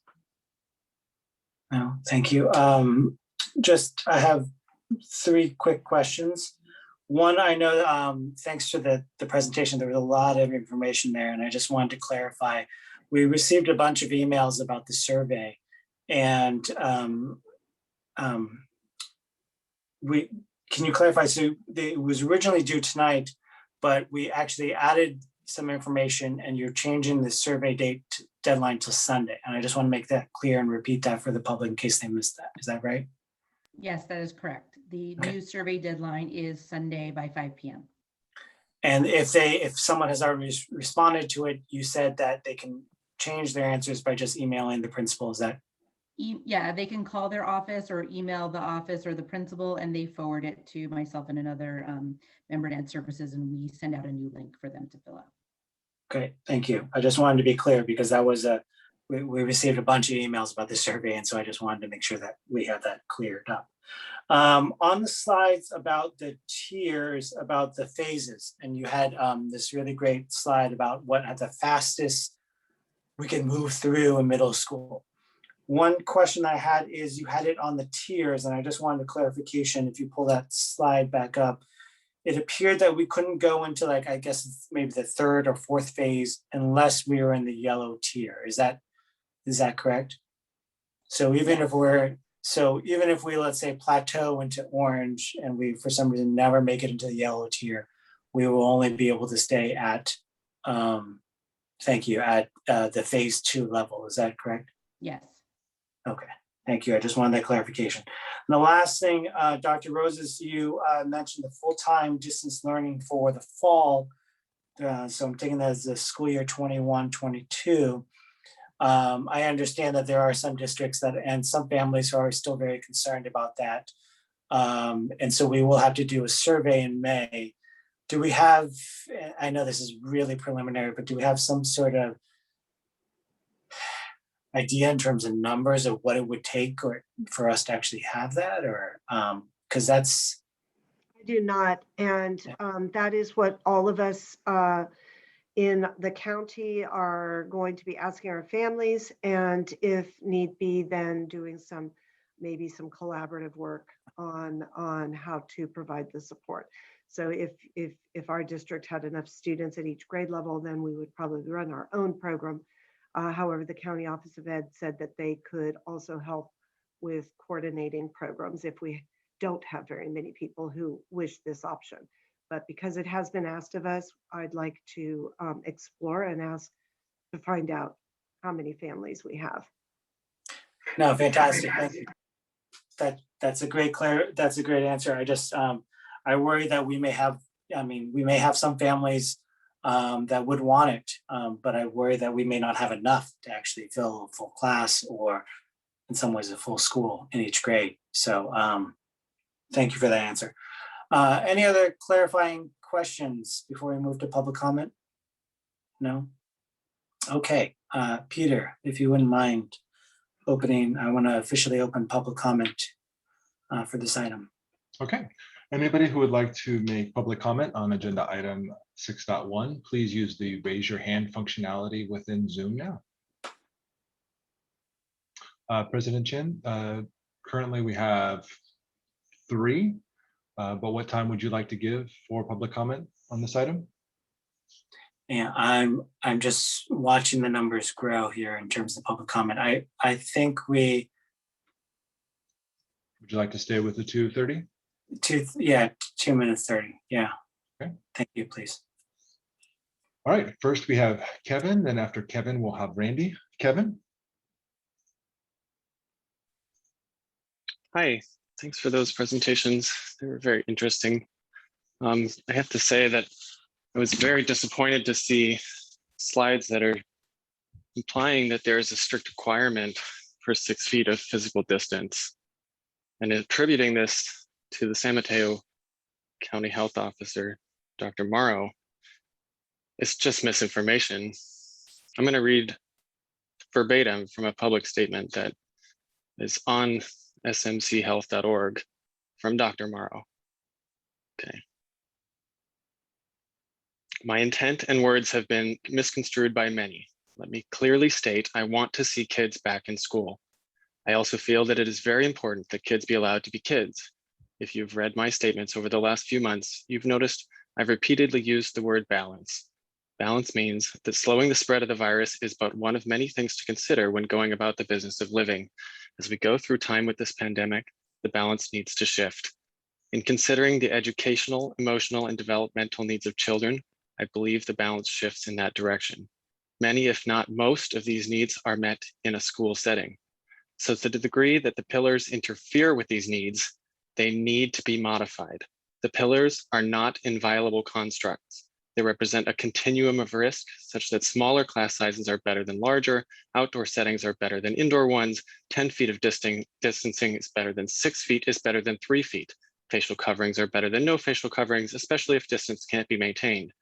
But to the degree class size, physical distancing, and facial coverings interfere with the ability to deliver a somewhat normal school experience, they need to be modified. It is my belief that there are too many variables within school settings to adopt a one-size-fits-all approach. And so much of your presentation is predicated on this lie. You don't need to have 5 different phases. The CDC says right now for the case rates that we have in our county, that we should be full open right now. Not in May, not maybe in May, not after we've been in yellow for 3 weeks, 4 weeks, however many you decide. You are creating additional layers of bureaucracy. You are doing this. You need to cite the government website when you are making these types of claims. Having a slide and attributing it to other people is not enough right now.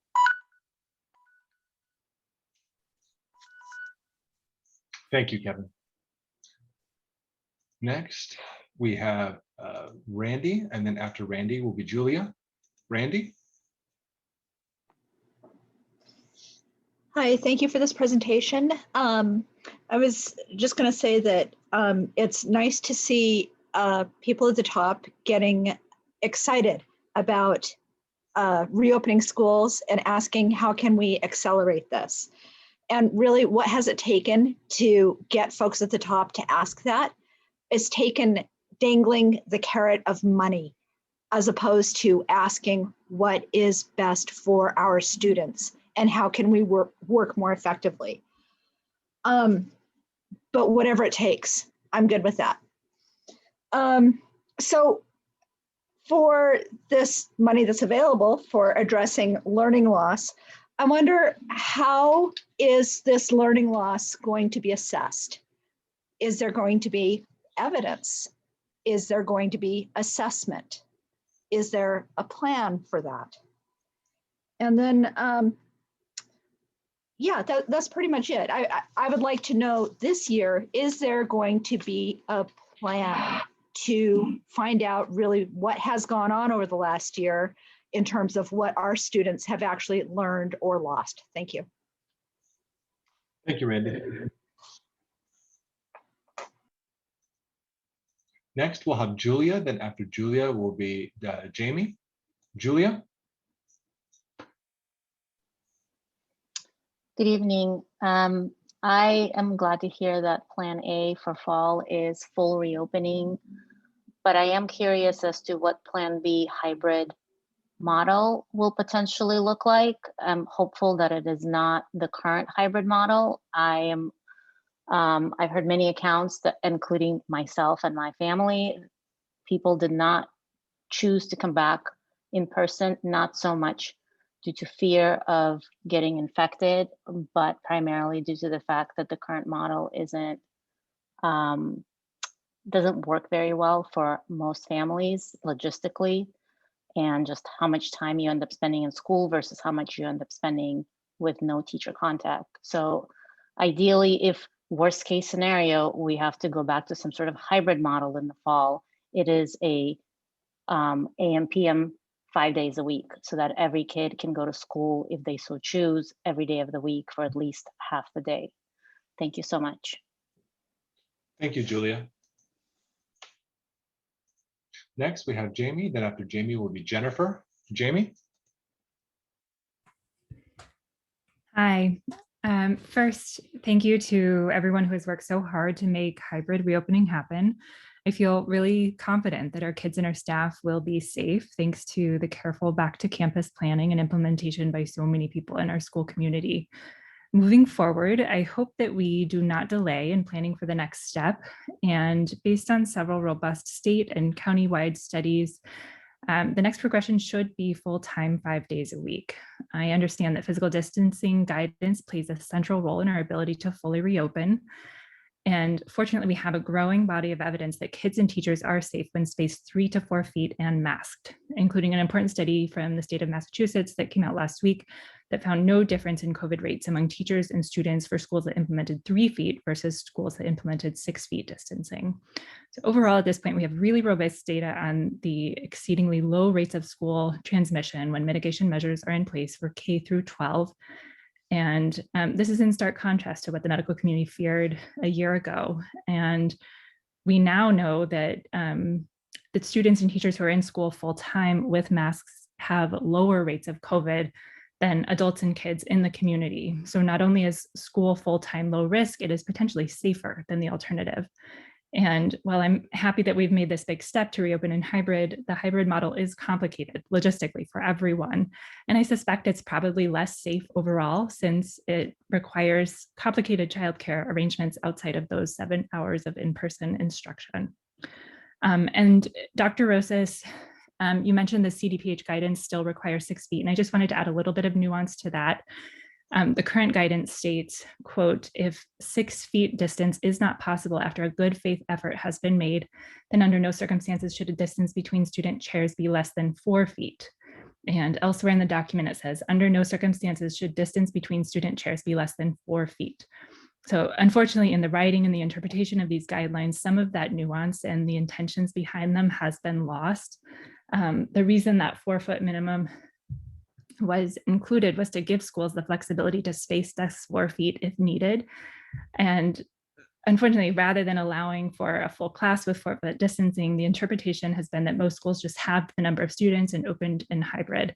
And I anticipate that this will become clearer in future iterations of guidance, but I just wanted to clarify that even with the current guidance, you do have the authority to proceed with planning with that 4 foot number. I know it feels hard to go back to the drawing table given how much work has been put into hybrid planning, but I also just want to say that our kids deserve all hands on deck to get them back in school full time. Thank you. Thank you, Jamie. Next, we have Jennifer. Then after Jennifer will be Rhiannon. Jennifer.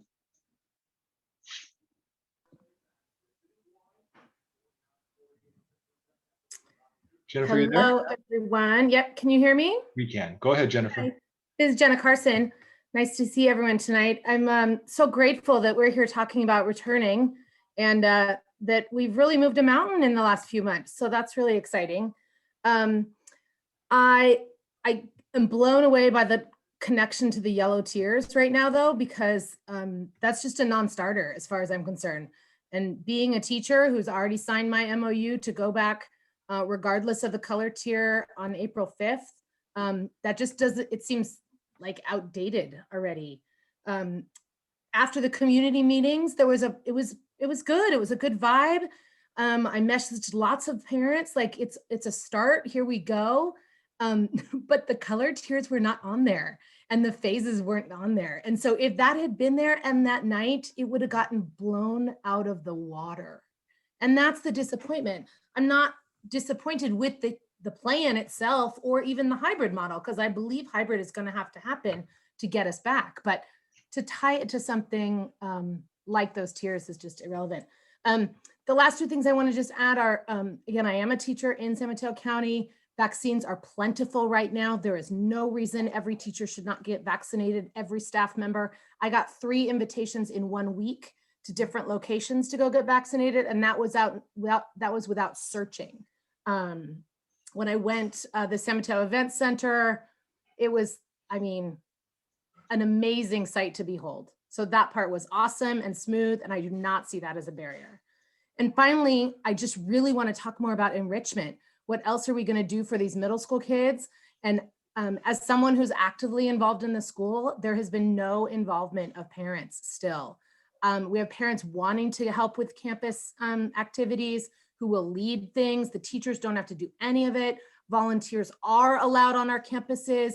We have to be welcome. We will do the work. And the teachers can stay out of the way. Of course, all under the guidance and approval of a principal. We don't want to do it without them, but that is the thing that I'm really feeling is in crisis in these last couple weeks. Thank you so much. Thank you, Jennifer. Next, we have Rhiannon, and then after Rhiannon will be Rhiannon. Hi, this is Robert and Rhiannon, and just going to reiterate the first person that talked about the Scott Morrow thing. We're advocating for in-person learning, and I know you guys looked at it already, but on February 4th, you guys kind of took the measurement for the learning loss that's happening. On February 4th at your board meeting, it was item 7, February 4th, item 7, distance learning program monitor update. And you guys did a presentation comparing the grades of 2019 to 20 in-person learning at the middle school to 2021 distance learning. So you did a presentation. I know you guys were looking at that as 11:45 at night. It was getting the late hour, but you took the in-person learning in 2019 to 20 versus the distance learning.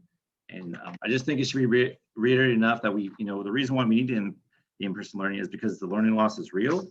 It's across the board. If you take those ratios you had, English language, I know you guys looked at already, but English language was a 22% increase in grades, 28% drop. If you just look at the ratio, that's a 5% drop across the board of all your students. The math, 25% increase, 27% drop. That's a 2% decrease across the board. So 2% of students getting worse grades in math. Science, 15% increase, 27% drop. That's a 12% drop across the board. Social studies, 13% increase, 32% drop. That's a 19% drop across the board for all students. I think the in-person learning needs to come faster. Thank you for all your hard work. The hybrid's a great thing. My kids went to hybrid on Monday and Tuesday. They love it. They come home asking for more in-person learning. I appreciate your hard work, but please push for the in-person learning. I really know it'd be a hard thing to do, but it would be a dream if more parents were allowed to enter the hybrid program after April 12th. A lot of parents want to get into the hybrid program. We made a decision back in October. So in October, we're seeing the results of that. That's roughly 5 months, 100 days of instruction. We saw a result from a survey that we responded. So please, for the in-person learning. I'm happy to hear it fall that we're going to go back, and please push for more in-person learning. Thank you. Thank you, Robert. Next, we have Raina. Raina, go ahead. Yeah, hi. I just feel lied to all over again. I feel completely betrayed by these middle school presentations where I felt there was actually some asking of questions and getting answers because you hid the most important part from us about this yellow tier. I mean, are you kidding me? Was this just a plan so that we wouldn't be able to ask you questions and attempt to hold the district administrators to account? By the time our kids are on campus with their teachers in April, teachers will have been fully vaccinated. And you are still talking about this yellow tier, which there are people out there saying will take months and months and months to get to. I don't even understand what you are thinking. What are you doing? Why are you in this job if you are not putting your best effort forward to put our kids' interests first? I mean, at this rate, they will not be back in school full time or even more than 2 classes, 1 in-person class and 2 in-person classes, like for God knows how many months. I don't even know. I just want to cry. I am so disappointed. You have parents out here working so hard to try to find and help and get the information because we just want kids to be back in school where they need to be. And you just pull this kind of baloney on us. I do not see where did this yellow tier come from? Where did it come from? Why are you seemingly okay with keeping our kids in Zoom rooms for months on end? You dragged your feet for months to even get to this hybrid plan. And now you're doing this? I am shocked because this was the most important piece in the puzzle. And I was one of the people that Jenna Carson talked down about this plan. And I thought that this was going to be reasonable. And this is nowhere near reasonable. And just why can't you put the kids first? It's been a year since they have been in school. I don't understand what you are doing.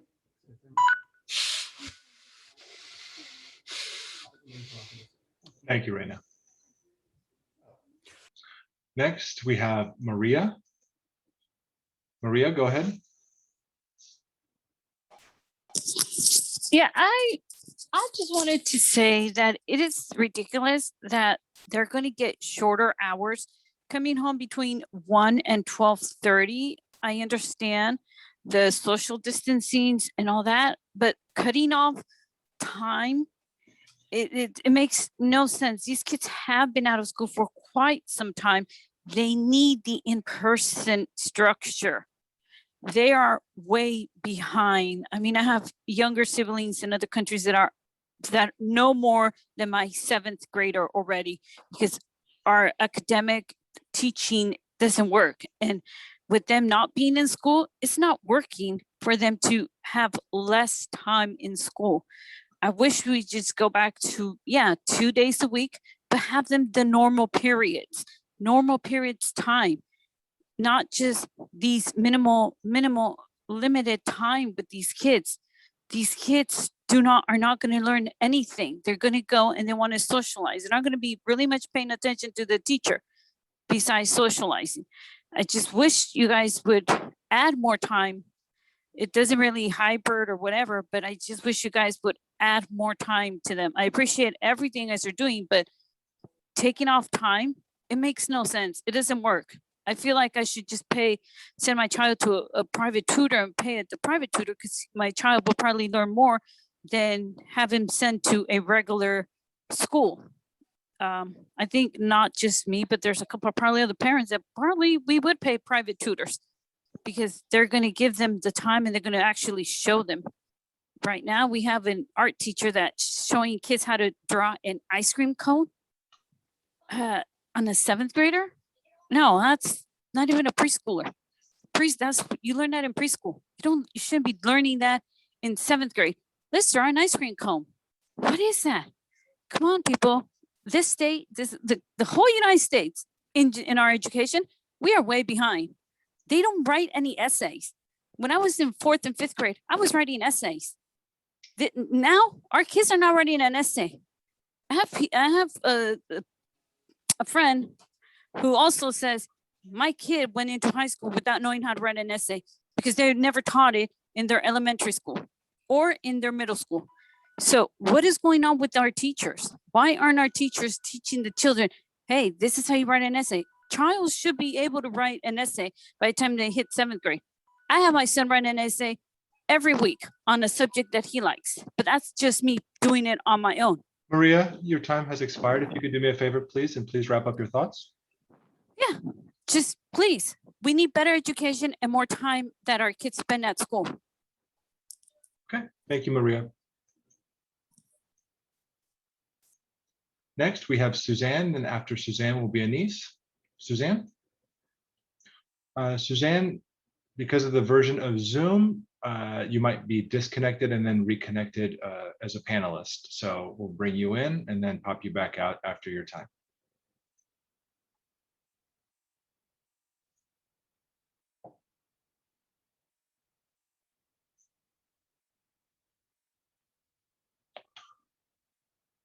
Okay, Suzanne, you there? Yes. Hi, thank you for the opportunity to talk. I just wanted to quickly mention that it was very kind of therapeutic to have Dr. Rosas do some of the coffee chats or whatever. And I was wondering if maybe the Board of Trustees could find a way to do that so parents could maybe ask you questions, get some feedback, because I've written letters and very rarely does anybody respond to me. And there is sometimes some critical things that I've mentioned in there. So that I want to, however you can do that, I don't know if you can do it individually or if you have to do it as a group or whatever. If you could do that for the community, I think that would be beneficial. The other thing I wanted to address about the middle school model, while I think it was kind of a lazy way to do it, I can see the reason why it was done that way.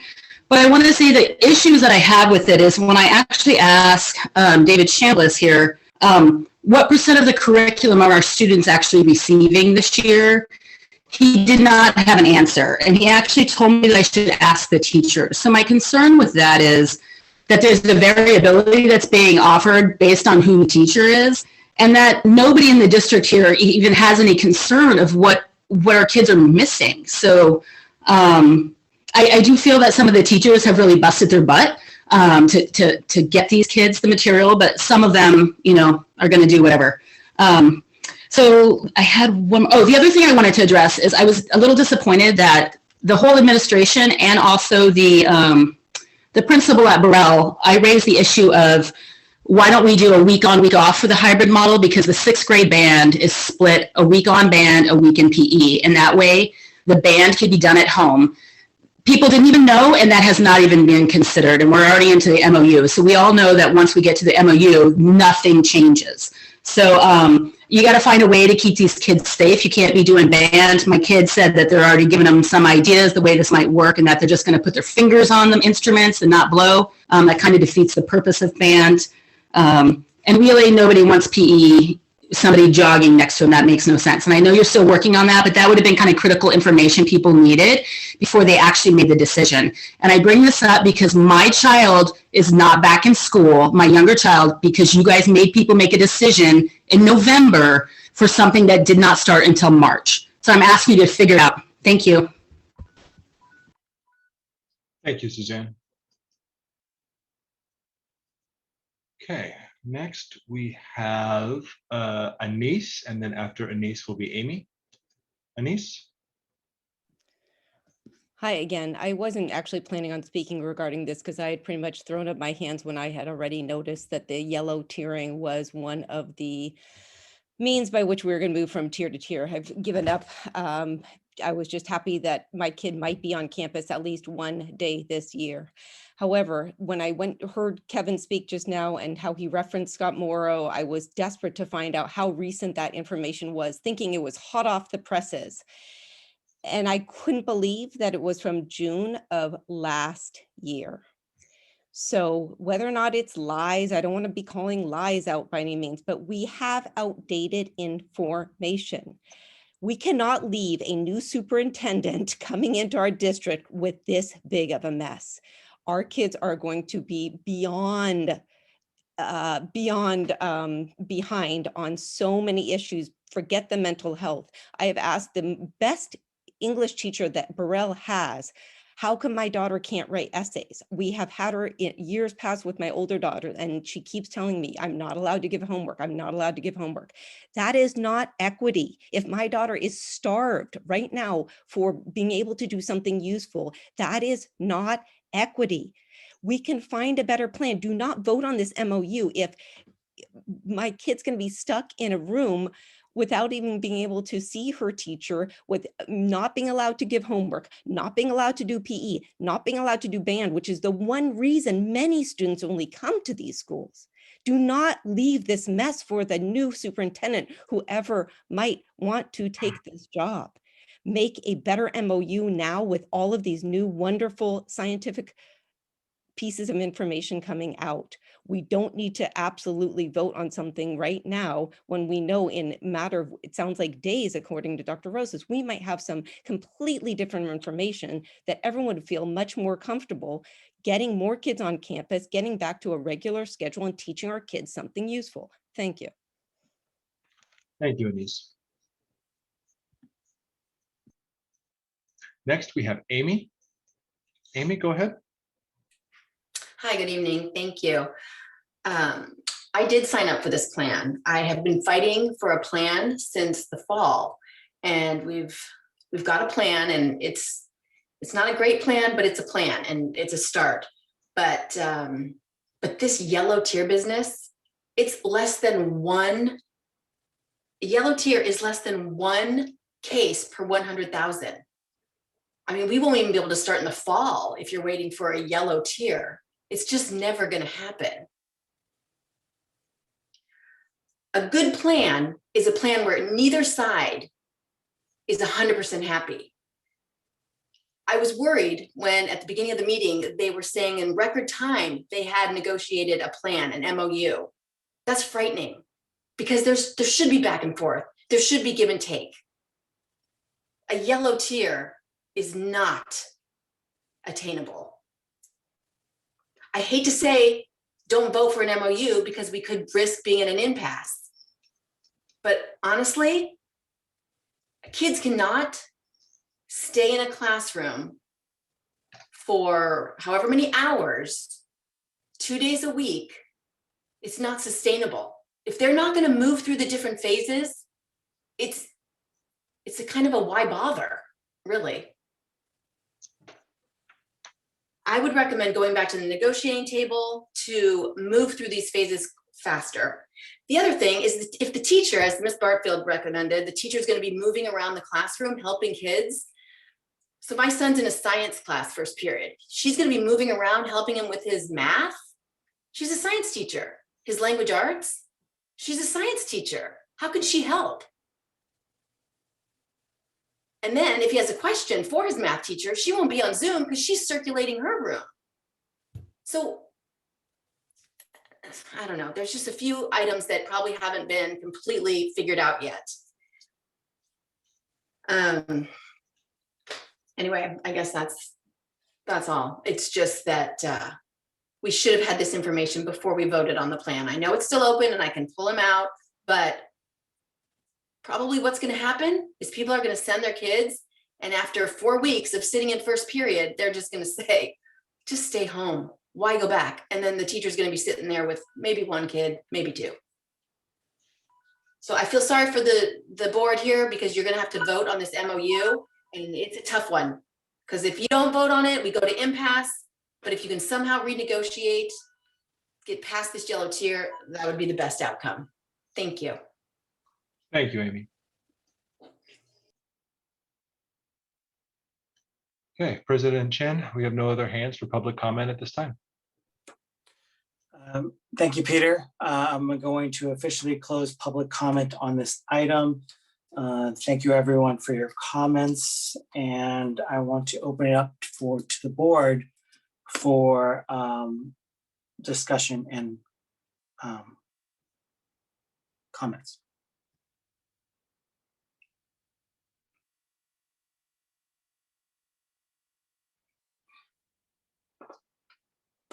Who would like to start?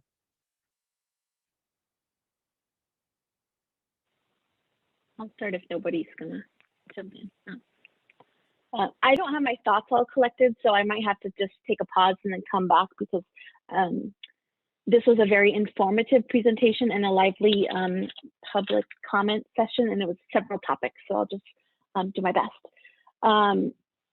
So I wanted to just, again, congratulate everyone that's opened the elementary schools this week. I think, I don't know, I'm on Facebook, so I see a lot of friends and teacher friends and mom friends that have kids that have gone back this week, and they're all very excited. And I'm excited for them and for the 3rd through 5th graders that are going to go back next week. I think it feels like a really positive energy, and feels like it's the first day of school again. So thank you, and congrats to everybody for that. In terms of the middle school reopening, I just want to say that I'm so grateful, because I think when we first talked about reopening middle schools, it just seemed like a really big, impossible task. And I'm not minimizing, I know this is a lot of work to get here, but this plan seems very thoughtful to me. It feels collaborative. It feels like the priority on safety is definitely there. I remember in a meeting when I just said, can we just have a plan that minimizes the contacts and keeps the schedule? And I didn't really know where that would go. And this kind of checks those boxes. And so I actually think that this is a great step. And I think that returning back to school in the fall is a bunch of little mini steps. And so I know this plan is not perfect for everybody. And I've learned that it's impossible to make everybody happy, but this does feel like it's moving in the right direction. And so I really appreciate all the effort and the time and the energy that went into coming up with this plan. I think that, what else was I going to say? I'm sorry. In terms of the yellow tier, it does feel like that's going to be hard to get to. And like, I can't totally envision, that on May 17th, that's going to happen. But I do think that, as parents look at this and fill out their survey, and if they need to go back and fill out their survey again, I think that this is helpful to see. And again, it's not going to make everybody happy, but for some people, getting their students back onto campus is their main priority. And I think that this gives opportunities for students. I'm curious to know, as we kind of get closer, what are some of these other opportunities that there might be? I know that we have the Wednesday cohort groups, and I'm wondering if for elementary school we might be able to add some things, and what might we also be able to do for middle school. And I know that it kind of takes getting started to then kind of feel more comfortable and all that kind of stuff. So I look forward to hearing more about that. And then again, just on the accelerated learning and the learning loss piece, I just want to kind of find out what are the plans. If we get this money, what are we going to do with it? How do we like, what is the district thinking? What is everybody thinking that we should be focusing on, and what is our plan for that? And I fully support a full return in the fall, and I hope that we can get there. And so that's my thoughts for now, but thank you.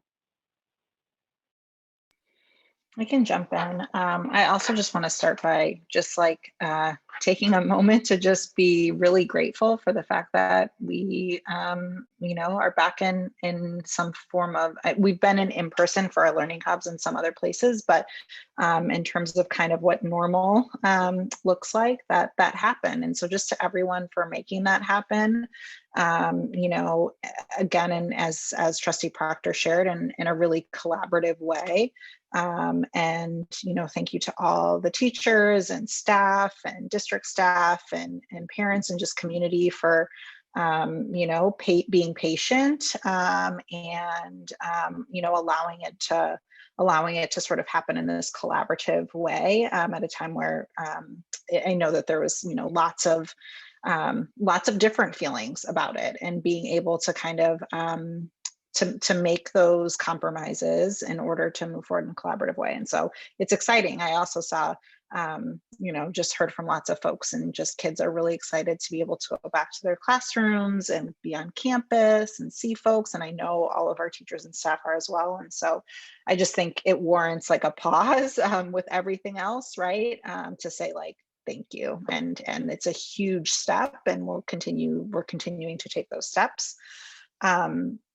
And I know, it's not perfect, and no plan is going to be perfect. And I think, I know that at everyone here, it is everyone's hope and desire to have kids return to campus and as full of a capacity as possible. I also am fully in support of going back, fully in fall. I agree that, and I know that planning and those conversations are already taking place. I guess that just kind of leads me to share something I know I've already shared, but I just think it's really helpful to have a really user-friendly way to track when people can expect to hear what, and not that we know what the answer is going to be.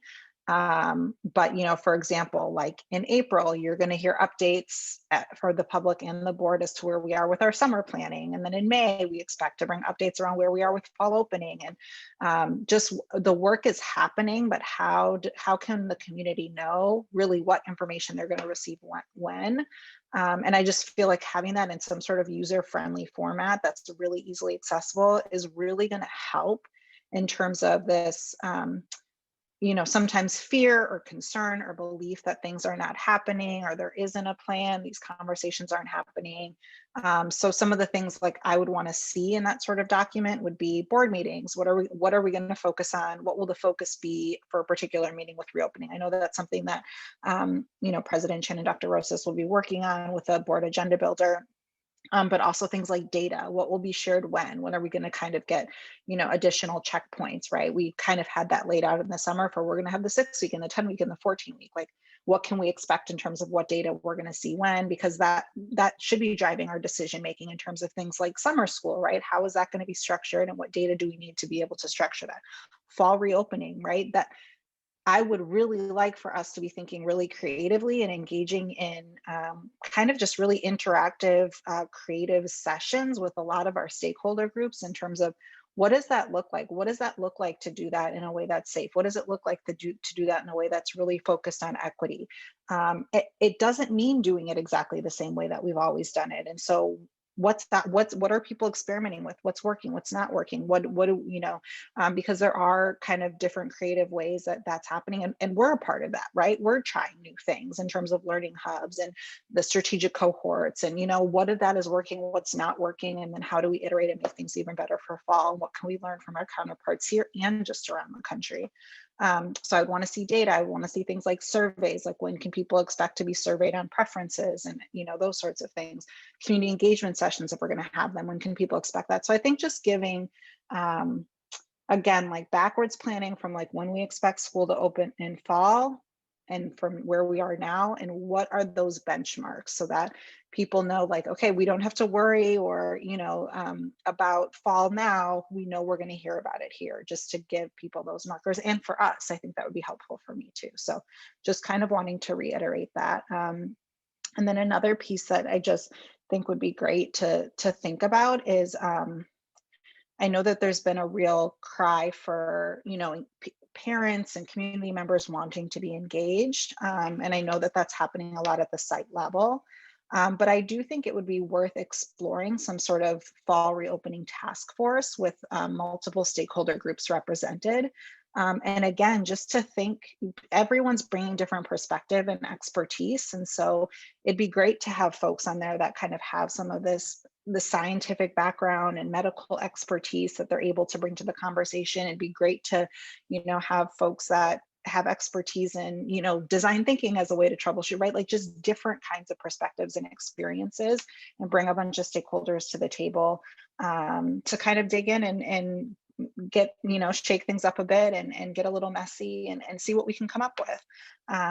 And so I would love for us to consider exploring some sort of task force that potentially is short term to kind of help with some of that. And I think my hope would be that then we could have multiple stakeholder groups incorporated in that, and folks feel as though their voices are a little bit more heard. And I know that there's been a call for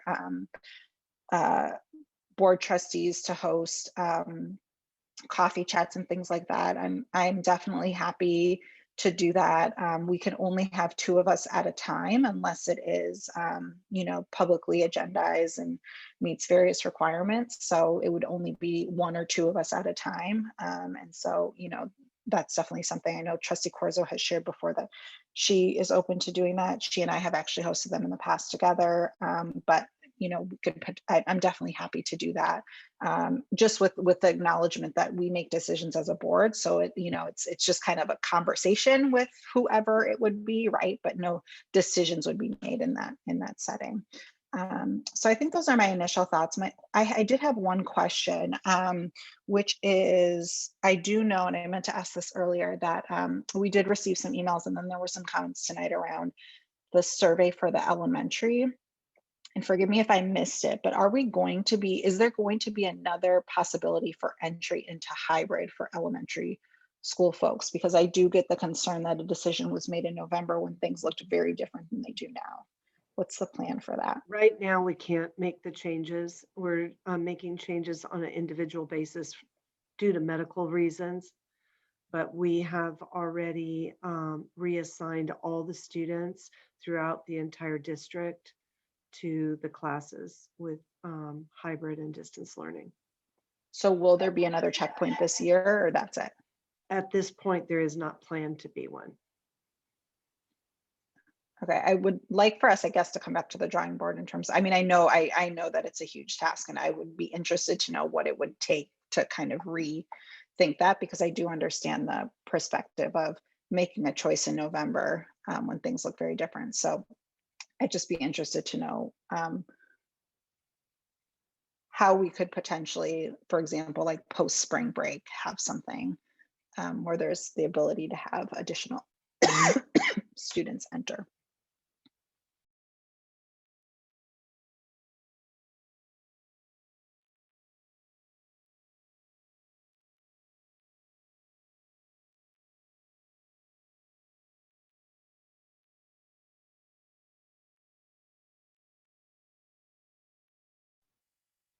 This is another one of our Zoom pauses.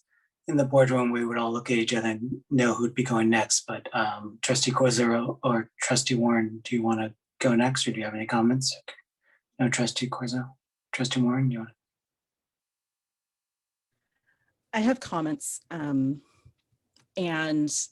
I do feel like we have heard volumes of different bits of information just in this topic alone.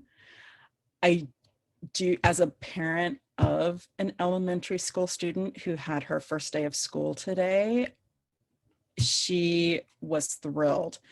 Being on Facebook and seeing other friends sending their children back to school this week, I was getting giddy just with the excitement that these kids were showing.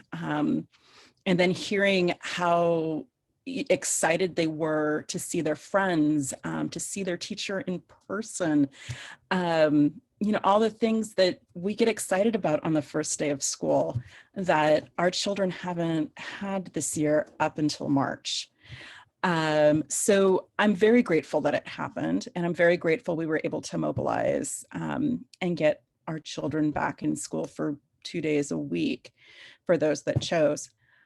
I am concerned that it is just 2 days a week, and I realize it's more of a moot point, but I do feel it's something worth being discussed. One of the things I'm concerned about is, in just doing some research and listening to other people in our community, there's been a 75% increase in children ages 10 to 17 requiring psychiatric holds. There's been an increase in depression, suicidal ideation, self-harm, eating disorders. And this is data coming from UC Benioff. And this is all within the 2020 year when there has not been school. My concern is there's not enough mental health beds baseline for children. And so now, after being out of school for so long, you know, do we have children that are set up for having even worse outcomes than they would in the beginning? Just for numbers' sake, you know, there's been 11 children who have died from COVID in this past year in this area. However, there have been 225 deaths by suicide in children under the age of 18. And we're talking 10-year-olds. We're talking, you know, we're not talking like, oh, this is a 14, 15, 16-year-old. We're talking, you know, 3rd and 4th and 5th graders as well. I'm also concerned about the achievement gap that we've been seeing. As we heard earlier from one of the teachers in the district, there is an incredible lack of working district technology that we're handing out to our children. And these children, you know, already most of them are in some of our equity groups. And, you know, to have to deal with the idea of being somewhat shamed for not having working equipment that was given to them by the district as they're working from home. I mean, to me, that feels like the shame comes back on us as well. Also, you know, the Pew research shows that 1 in 5 students cannot complete their schoolwork, and that disproportionately affects Black families in poverty. So I think that's also something that we need to look at. And I know this sounds very depressing and very sad, especially with such a joyous occasion, but I feel like this is even more reason as to why we need to figure out a way to get as many kids back to school as quickly as possible. The current science coming out of the WHO, and from what I understand, within the next week or so from the CDC, the recommendations are 1 meter or 3 feet or 37 inches, if you want to be exact. And that's based upon a recent article out of the Lancet Medical Journal. That's huge, because then, you know, when we look at coming back to fall, we should be able to put a whole classroom of students in a class with a teacher 3 feet apart. That should not be a problem. And it's definitely something that we should be striving for. Also, just going back to what Scott Morrow was saying and has been quoted saying several times tonight, you know, we have to actually look and ask ourselves, what is our priority? And I know we're all about, let's get everybody back to school as safely as we can. And we're doing such an amazing job at that right now with 10 kids in a hybrid class or 14 kids in a hybrid class. And that's wonderful. But the biggest ways of preventing the transmission of COVID is wearing your masks, distancing of 3 feet, and hand washing. So these are all things we should be doing anyway. So I think it's great that we're starting that now and we're making that, you know, just part of the routine, but we can bring more kids back more frequently. I think it's also important to remember that families do rely on schools to provide safe, stimulating space for their children to learn, give them opportunities for socialization and access to school-based mental, physical, and nutritional health services. And without adequate support for families to access these services, disparities worsen. And I think we can say that we've seen that over the last year. We've seen the disparities that we've seen, you know, the inequities that we've seen and we've identified worsen over the past year. So now that we know what we know, and we're starting it great with elementary in terms of bringing our kids back to school, in terms of bringing them into environments where all of their, you know, many of their needs can be met, at least at a very basic level. I feel like we do need to start working our way up, and we do need to start working our way into making this happen for our middle schoolers. Is yellow tier realistic? I mean, this is going to be a disease that's going to be with us for quite some time. I have a feeling it's going to be one of those diseases that we just get an annual vaccine for whatever the predicted variants are going to be, much like the flu vaccine. So, you know, at what metric, I mean, yellow is like next to nothing. Can we plan on having something at that point? No, we need to plan sooner. We need to bring kids back sooner. And just say, you know, yellow is nice, but orange is okay too. And that's my thoughts.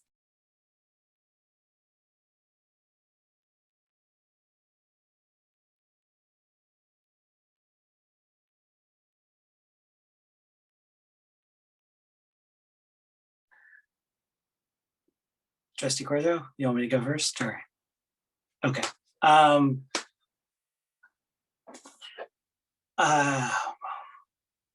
I guess I want to start with gratitude.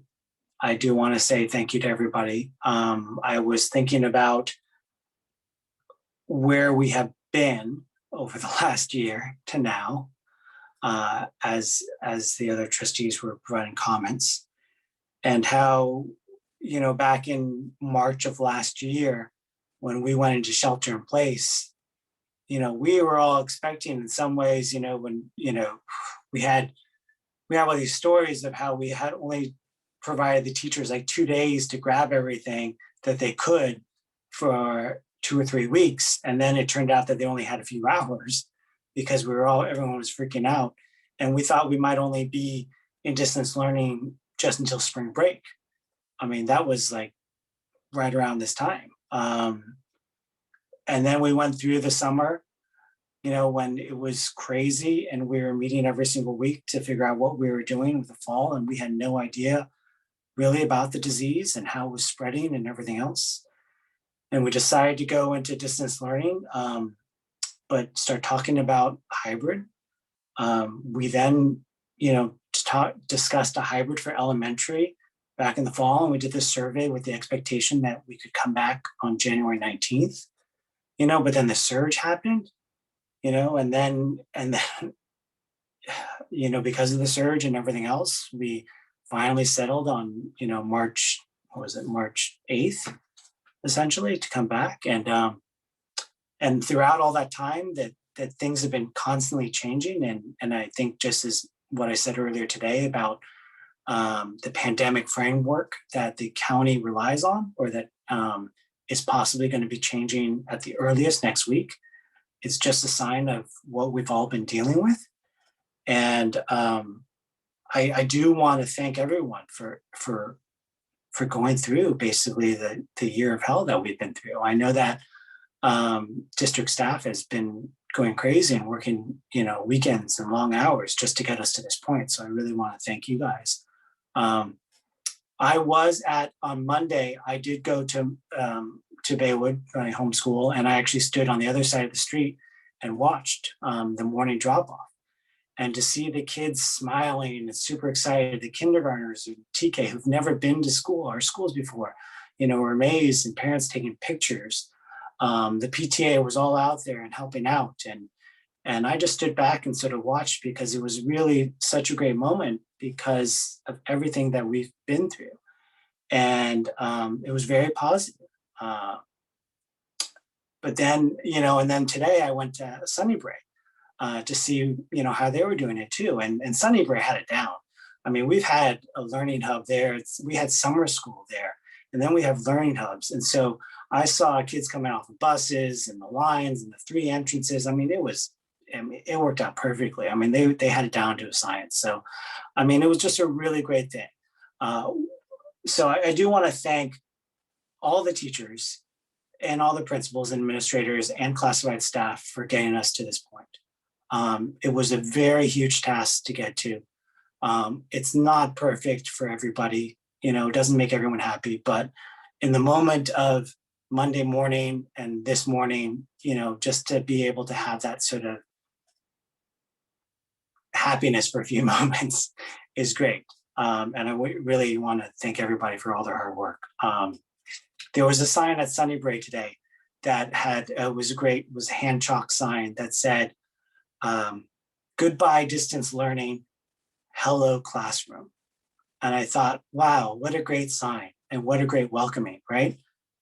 You know, and then of course, it hits me that, well, that's only for today, right? That's only for the cohort today and tomorrow. And that we do still have a lot of families in distance learning.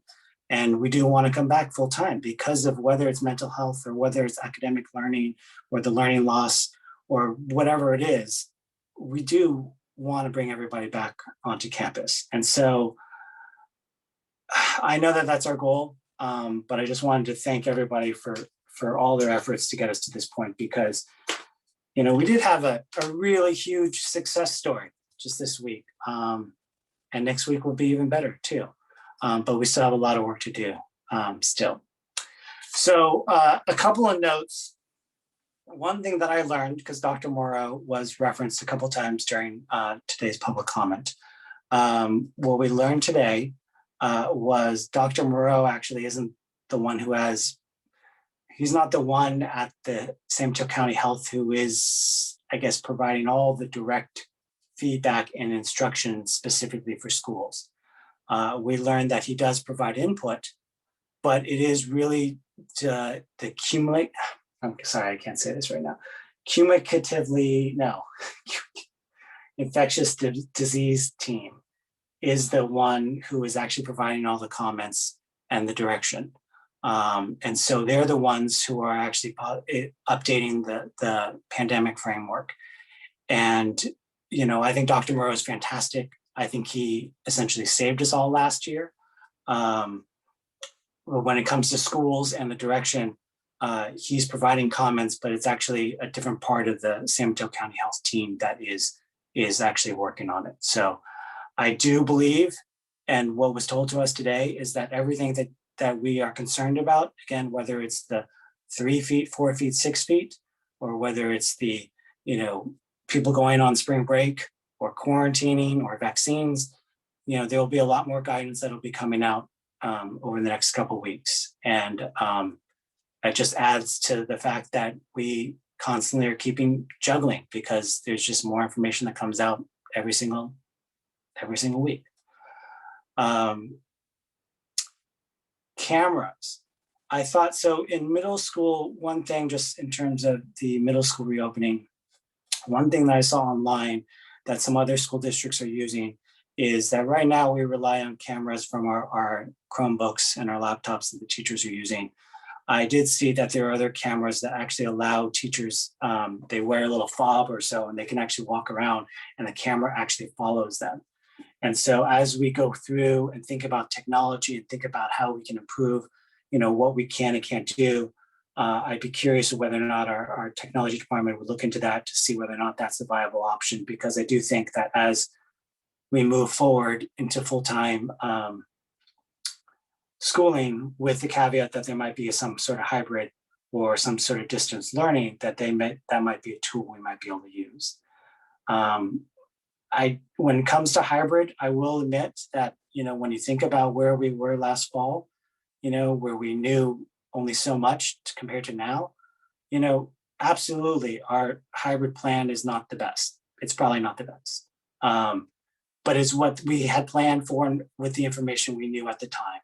And so I'm okay with going forward with it, but I do think that as we move forward and as vaccinations become clearer and as our rates go down even further, you know, there might be an opportunity for us to relook at that. I'm not going to say let's do it right now or like say, hey, let's go ahead and do that before spring break or anything. That's just, there's a lot of stuff that's going on. But it may be worth it for us to sort of look at and see whether or not there's a better hybrid plan, whether that's for elementary or for middle school. It makes sense for us to look at it. A couple of things I want to get clarification on. One of our public members mentioned volunteers. It'd be great to find out what our actual regulations are regarding volunteers. A number of schools in our district do rely on them. I know that a lot of the parents that I saw and staff members, a lot of them were out on the street or on the sidewalks, but I don't think we allow them to come on campus. And so I would love to find out what our policy is on that, because as vaccinations become a lot more prevalent, I do think that that is something we'd want to look at. Sports, I do know that there is a settlement that's coming forward where indoor sports are going to be allowed. We have 3 brand new gyms. As we go forward, it would be great to find out more about what we can and can't do to utilize those facilities and what kind of community event we can do, because I think that would be really good.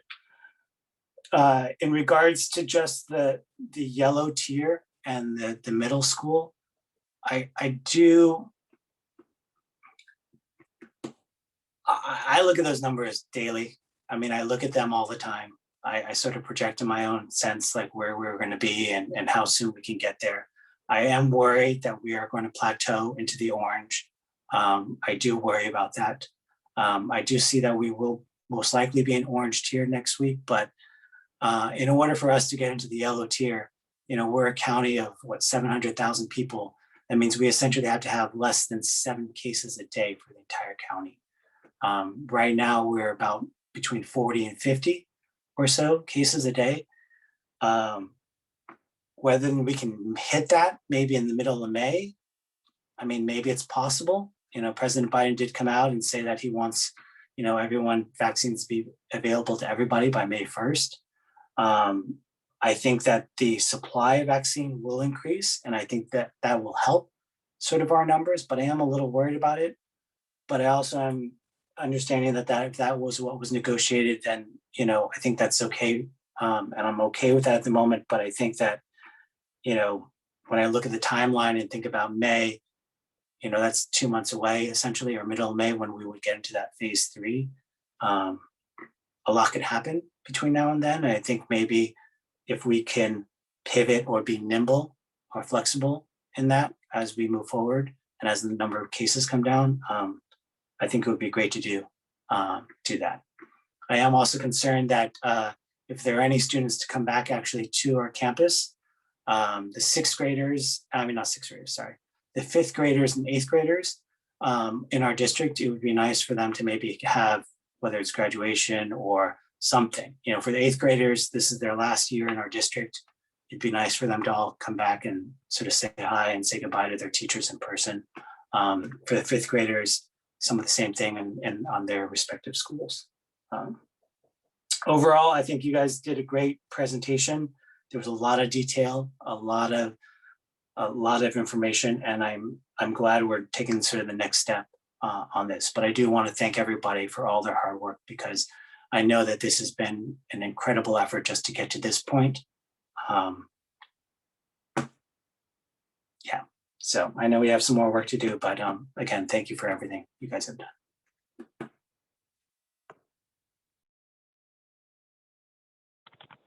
Okay, I'll keep it short and sweet. I would just like to say that I want to just highlight again that this hybrid model for middle school specifically, it does give all students the opportunity to participate, and that I think is huge.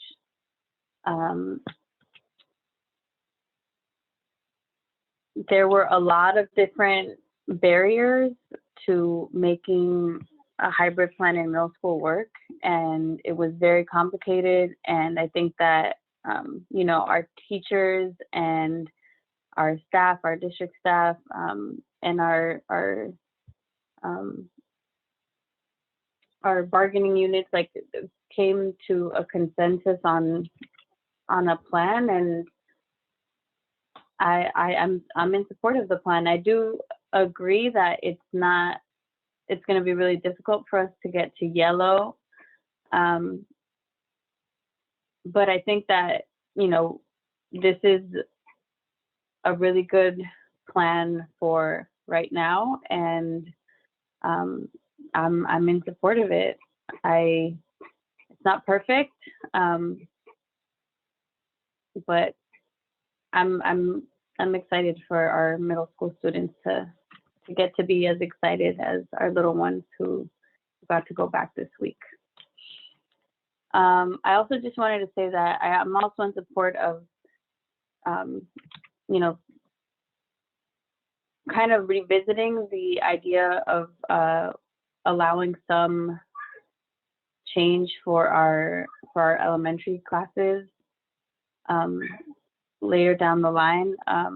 I know that would mean some more logistical work, but these are unprecedented times, and I do think that as families kind of see that it is safe, that it is okay, that they should be given the opportunity to make a different plan. I also am aware that there are families that were not able to be reached, and because they're working or for whatever reason, let's say they moved, they changed the number, whatever, and so they were defaulted to distance learning. And my concern is that some of those families are families that would have wanted to be in hybrid, and especially if they're in our equity groups, I think we need to really take a look at that. So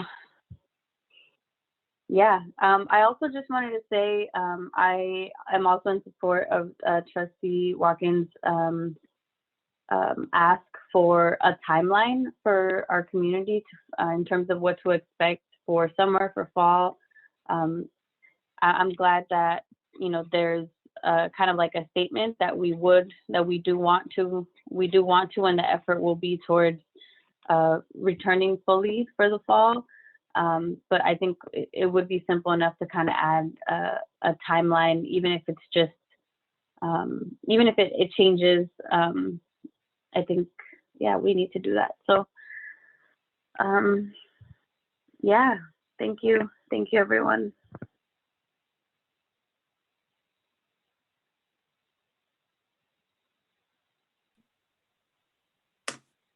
Great. Thank you, everyone. Is there any other final trustee comments on this item before we move forward?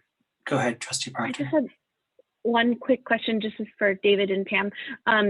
So you said the survey for middle school is open till Sunday, but I'm assuming no one's going to be working in the office over the weekend. So parents, if they want to change their mind, should do that tomorrow, right? If they need to contact the school.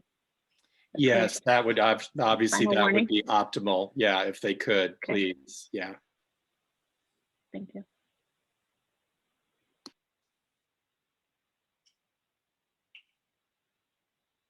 Okay. We are going to move on. There's no vote required for this. Is there? Oh, there is. I Yes. had put this for a vote for the middle school because you really had not approved a middle school plan prior to this, and you did approve an elementary plan. So I thought that you would want to approve the middle school reopening plan that has been presented to you. Okay. Does anybody have any questions, last minute questions or comments about the middle school plan? If not, we need a motion for the middle school plan.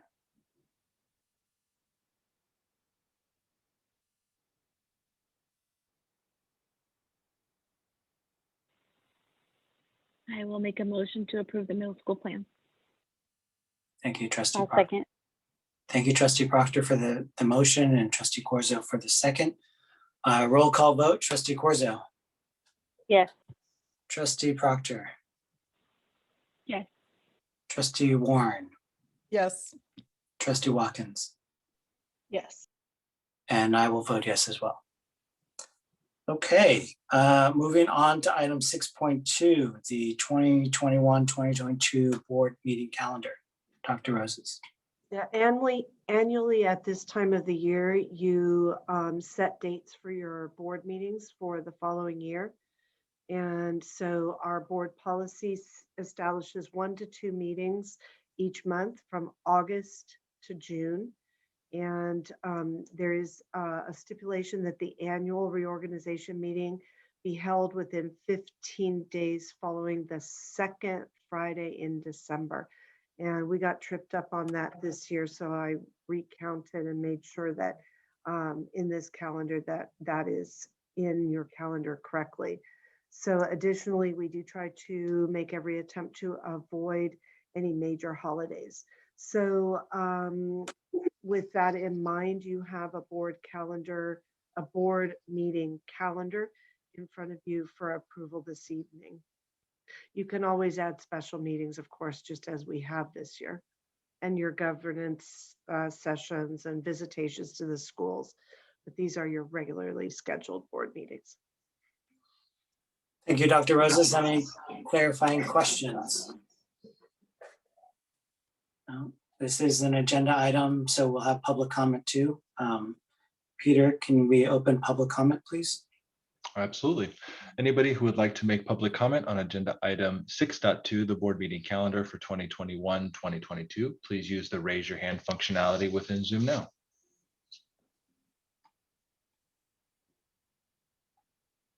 Okay. President Chin, still 2 minutes and 30? Yes. Okay. First, we have Colleen. Colleen, go ahead. Hi, everybody froze on me. It was really very weird. Well, good evening, everyone. I just had a quick question. So I know July is a good vacation month for everyone, but in the event things change with our tiers, our hopes and goals for fall planning kind of go a little sideways. What kind of stipulation can be made, or could we expect that we'll have ongoing meetings? I hate to do it to you guys through the summer, but to talk more like we had to last year. It's just my great fear that something weird's going to happen, or we're still in, orange come July. And how do we, let students and families know? I'll have 2 middle schoolers in the fall, and this is really important to us. Keeping them home was not a decision for distance learning that we would have liked, but as other parents have said, that the current hybrid plan just doesn't work for us in our schedules at all. So I'm just wondering if that's something we could add more information on, about what if we need to have more meetings during July or otherwise to prep for August, was it 12th we go back? Thank you. Thank you, Colleen. Okay, President Chin, we have no other hands for public comment at this time. Great, thank you, Peter and Colleen. I'm going to close public comment on this item and open up to board discussion, but just maybe start with Dr. Rose's. I believe, like you just said, and just like last year, we will have special meetings if needed. And your board policy establishes 1 to 2 regular board meetings from August to June, and that's what this calendar is. Now you add meetings always. We've had many, many, many more than 2 meetings a month this year. And of course, you always add your visitations and you add your study sessions. So this is just to establish the regular year calendar. Great, thank you, Dr. Roses. Any other comments? Or does anyone want to make a motion to approve this? Oh, Trustee Corzo. I have a comment. Yeah, I'm fine with this calendar. I did want to just say that we had originally wanted our Saturday study sessions. We intended for them to have more participation. They have not. So I think we need to change that. I was more than happy to give up some of my weekend time if it was going to increase participation, and it hasn't. So I don't really see the benefit of keeping it on those dates and times. So I know it's not on the calendar, but it's meeting related. So I wanted to mention that. As we work on this calendar, we were going to be doing the board agenda builder. So this is an important point.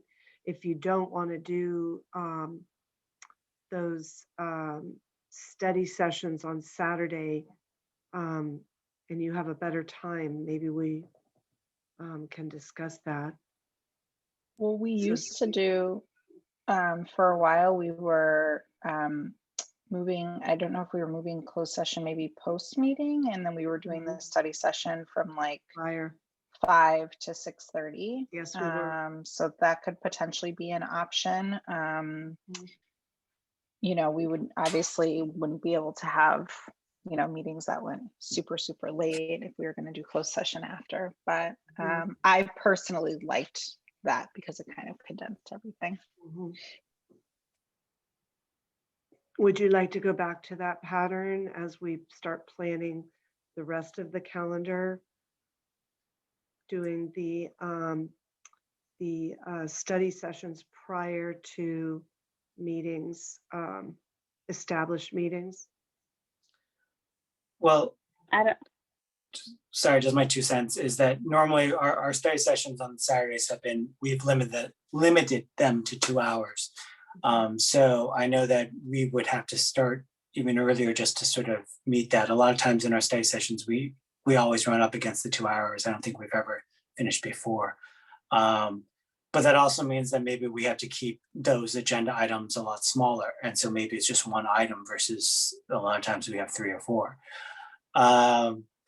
I am open to the idea of doing Thursdays. I do remember as part of this discussion, we've had comments in the past about how if we do study sessions on the Thursday, which is our normal board meeting, sometimes people will get confused that it's a study session rather than a regular board meeting. And so that's why we have moved it to a different day so people understand that it's actually a study session versus because the process and there's different stuff that happens in public comment and everything else.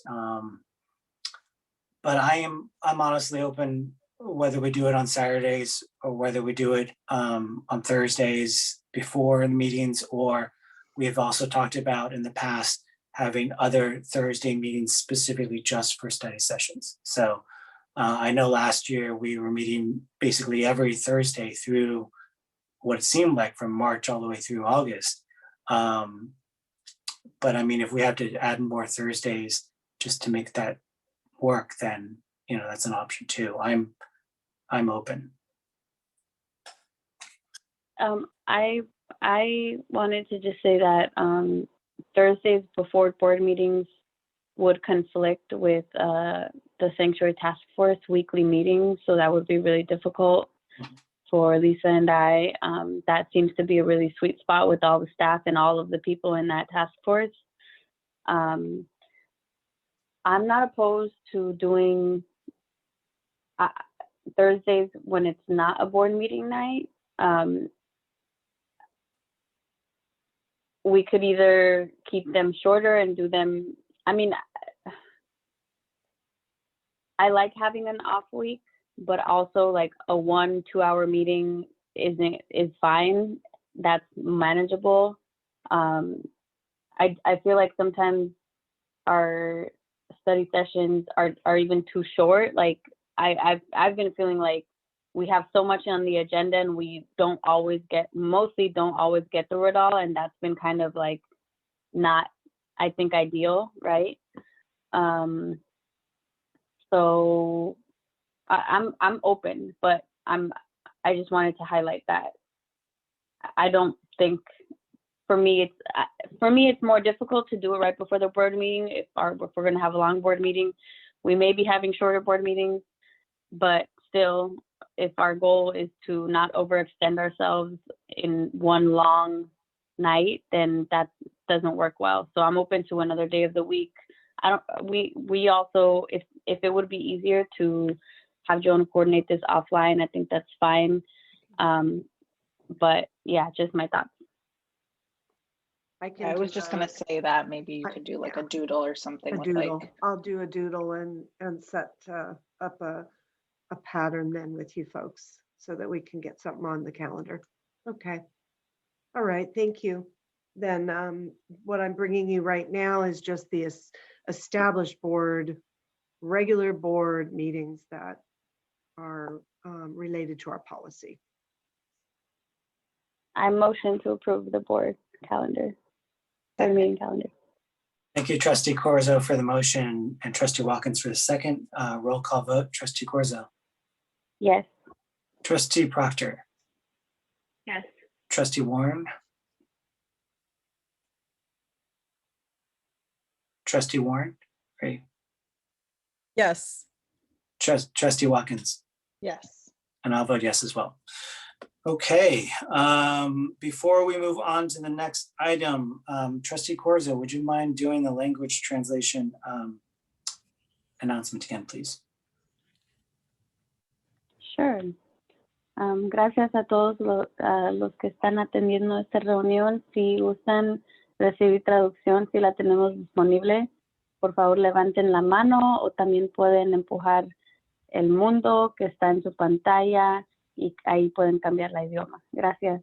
Y gracias a Tony por traducir. Thank you, Trustee Corza. Item number 7.1, architects for the MPRs for the 4 elementaries. And Yes, we're really Patrick pleased. Gaffney is going to Sorry. take this one for us. Thank you, Patrick. Go ahead. Okay, thank you.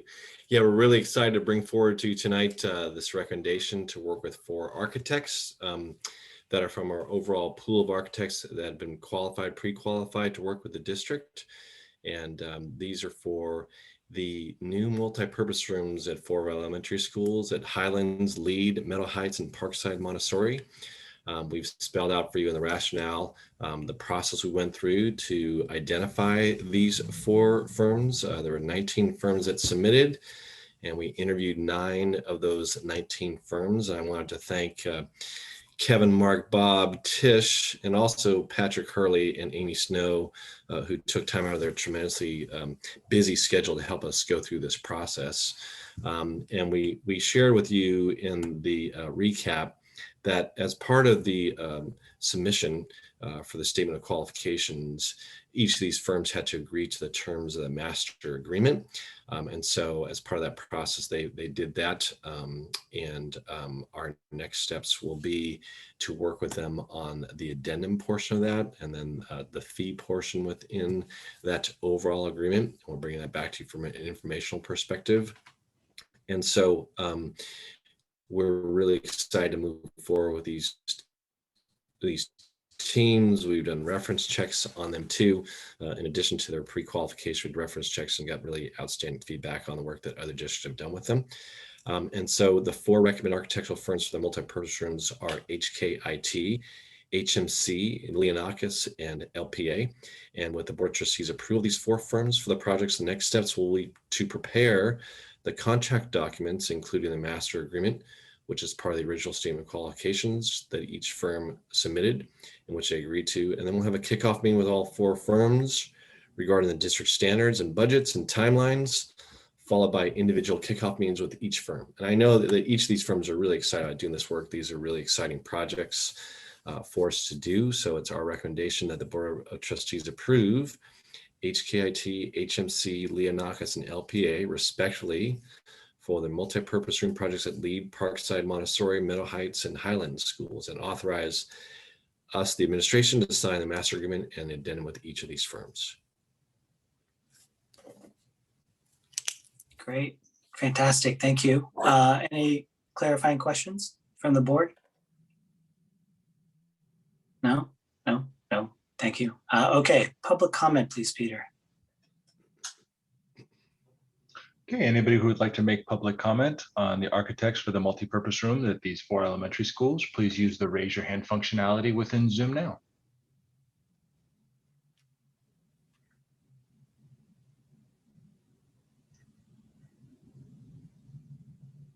Okay, President Chin, we have no hands for public comment.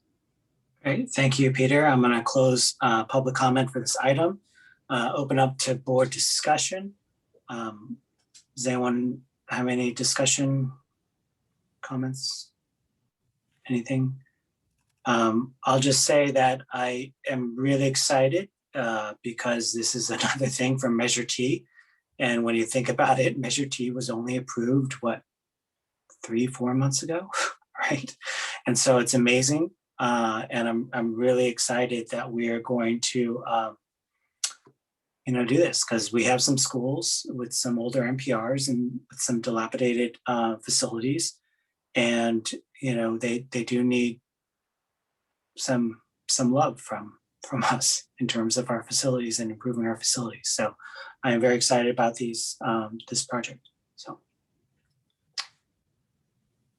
any board discussion?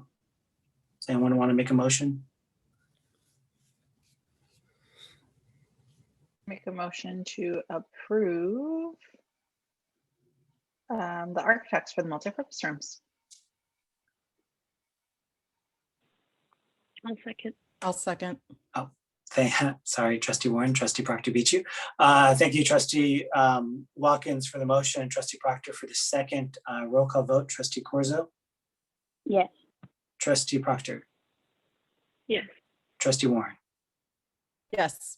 Trustee Watkins, Yes. and I will vote yes as well. Thank you, Patrick. Although I think you're still here. Moving on to item 7.2, 21-22 budget development calendar. Yes, that's correct. Patrick Gaffney will talk to you about the budget development calendar. All right, thanks. All right, we gave you this timeline of and some of the items in our budget development leading up to our budget workshop with you for the adoption of the 21-22 budget, and we're excited to work on that with you and for you. So this timeline is very similar to what it was last year. One edit we need to make to tonight's draft, we had placed on here in March for you this evening. There is a date for the approval of the 1920 audited actuals that'll actually brought back to you next board meeting on the 25th. So that'll be one minor change we make when you do the adoption tonight, if you make that one minor edit. So this breaks down for you the cycle we go through January up through May, leading to June when you adopt it, and inclusive of the LCAP.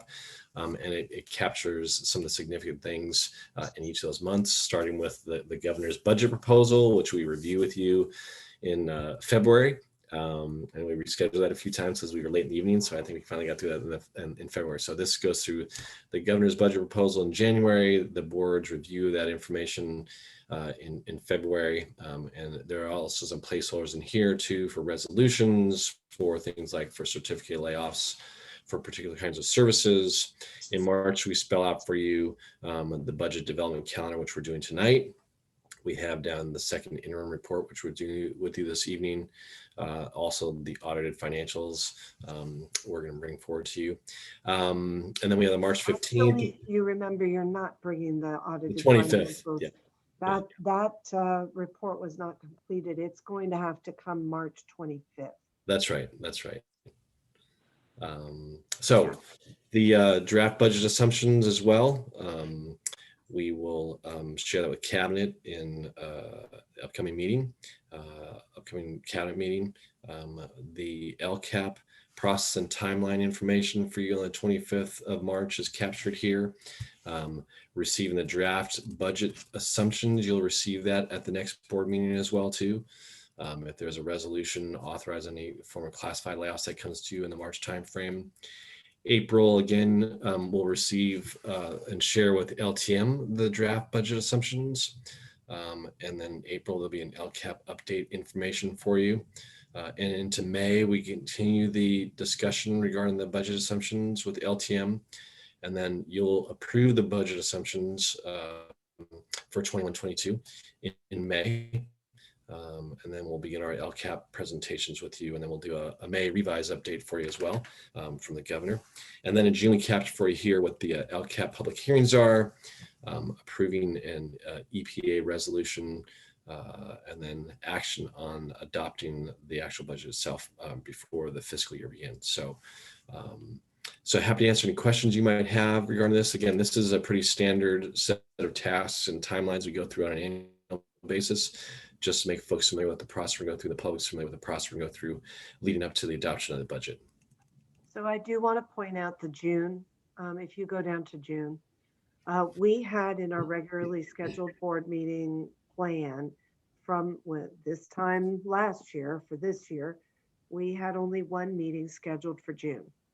And as it turns out, we need to have two. So I will be asking you what date. The most natural date would be the 14 days after that 10th, which would be the 24th, which is a Thursday night, to finish the LCAP, because you have to have a public hearing in June, and then you have to have action in June. So it's actually the LCAP and budget. So that was an oversight when we did our meeting planning last year. It did not happen this year. You have two meetings in June for next year, but we will have to add a meeting. So probably it will be the 24th, but I will double check with you to make sure that all of you can make that meeting.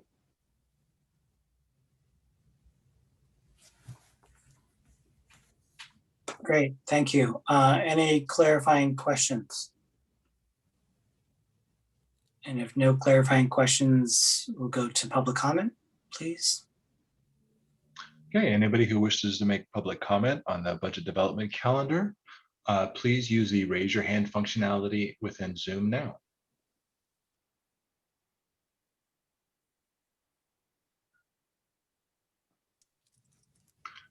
Okay, President Chin, we have no hands for public comment. Great, I'll close public comment on this item and open up for discussion or a motion on this item.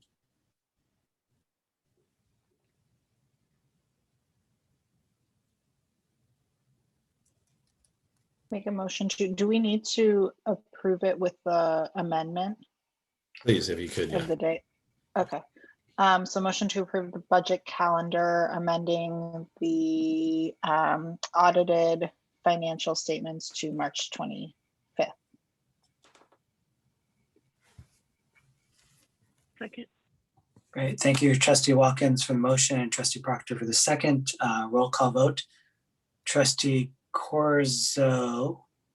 Yes, but I don't think you can see me because my computer died. Thank you, Trustee Corzo. Trustee Proctor.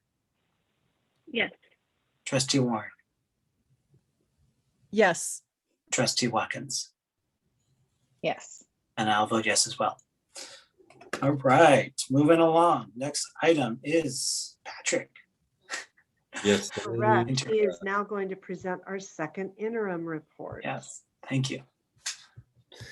Thanks, everybody. And we provided you in your booklet tonight a 10-page written narrative about the second interim. And what we've done for you this evening was we just captured a couple of the highlights for you here in on a couple slides here, which are excerpts from that 158-page document for you. We will post these. We didn't get these slides posted, but it's just extracts from the information. So we'll work with the superintendent to get those posted for the public to see. So we've just captured a couple highlights for you here in our second interim financial report. Overview of the second interim. Again, we're reviewing any changes to revenues and expenditures. We'll go through the multi-year projection with you as well too. We'll talk about some key focus areas and then the path forward from a cycle perspective, some of that which is already outlined for you in the prior budget cycle. You looked at the draft of the timeline. So in this revenue summary here, we've captured for you the differences between the adopted budget, first interim budget, and second interim budget. And then the column to the far second to last column shows a variance between the first and second interim here, with a brief explanation what those variances are associated with. And you'll see that overall, we have about a $2.2 million difference between first interim and second interim in our overall revenues. And the largest portion of that is associated with donations, and we don't recognize those until we receive them. So that's what the substantial dollars are. The majority of those dollars are related to those donations. From an expenditure perspective, we made some adjustments here too between first and second interim across the board: salaries and benefits, books and supplies, services and other operating expenditures. And again, the majority of the expenditures here from an increase perspective have to do with grants or from donations as well. You'll see between first and second interim we had about a $2.6 million increase. From a services and other operating expenditures perspective, we had some adjustments in terms of forecasted actual salaries and actual benefits, which is a decrease between first and second interim. And that has to do with position control and aligning those dollars to what's actually materializing in open positions that there may be currently they weren't filled. So we make adjustments as we go through the fiscal year if there needs to be adjustments in those particular categories. Okay, so overall between first and second interim, about a $1.3 million increase in expenditures. Again, $2.6 million from a associated with donations and grants. Okay. Multi-year projections as well too. This is an extract from the document you have in front of you. The good news is next time we're bringing a multi-year to you, we're going to be including the stimulus money. So that's really exciting for us to help offset costs we're incurring. But you'll see here you have a balanced budget moving forward You have your spending down dollars that are some of that is carryover dollars are spending down. So we talk about structural deficits as opposed to spending down some one-time money. And so we're looking at some carryovers being spent down and we're focusing on what those revenue differences are year to year, as well as expenditures, the revenue variance between this year and next year. This slide reflects, and your multi-year reflects at second interim, that there is a decrease primarily in revenue associated with the one-time COVID funding we received this year, which was $6.7 million or so. So we see an adjustment downwards between the two fiscal years. Also, the donations we have, those are adjustments we make year to year.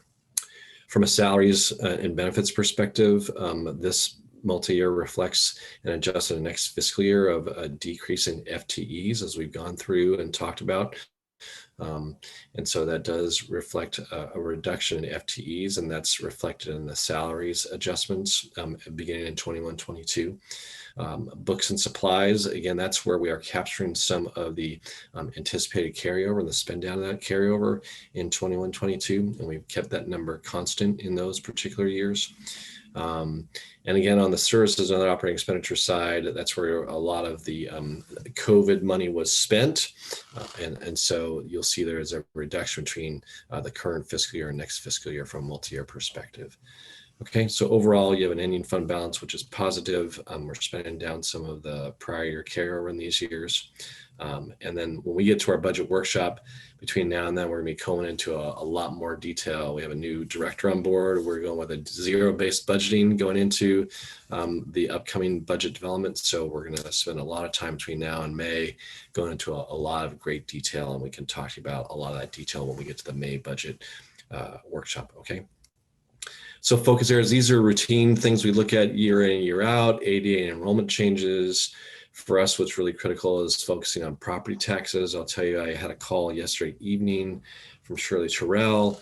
We made a request that San Mateo County and the districts in San Mateo County start to utilize the practices that are utilized by basic aid districts in Santa Clara County. And so we're asking for more frequent information on a regular basis from the tax assessor, and they've been very receptive to that. So again, we're having conversations, exchanging voicemails yesterday evening and again today with our request to have information to basic aid districts February, May, August, and November. So we're constantly aware of what's happening with the property tax roll, the current active working files they refer to, the tax assessor refers to.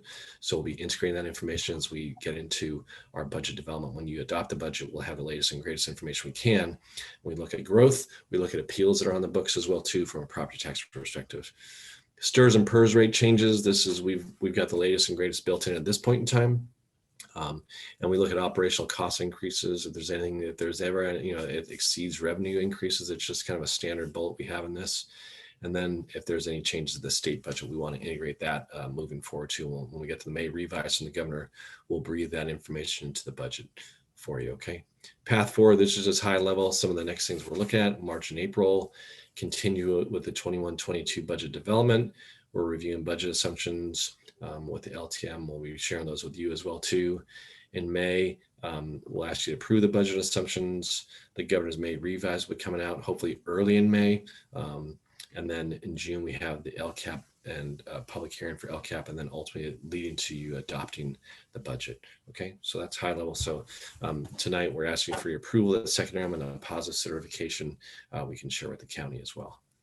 Okay, thank you. Thank you, Patrick.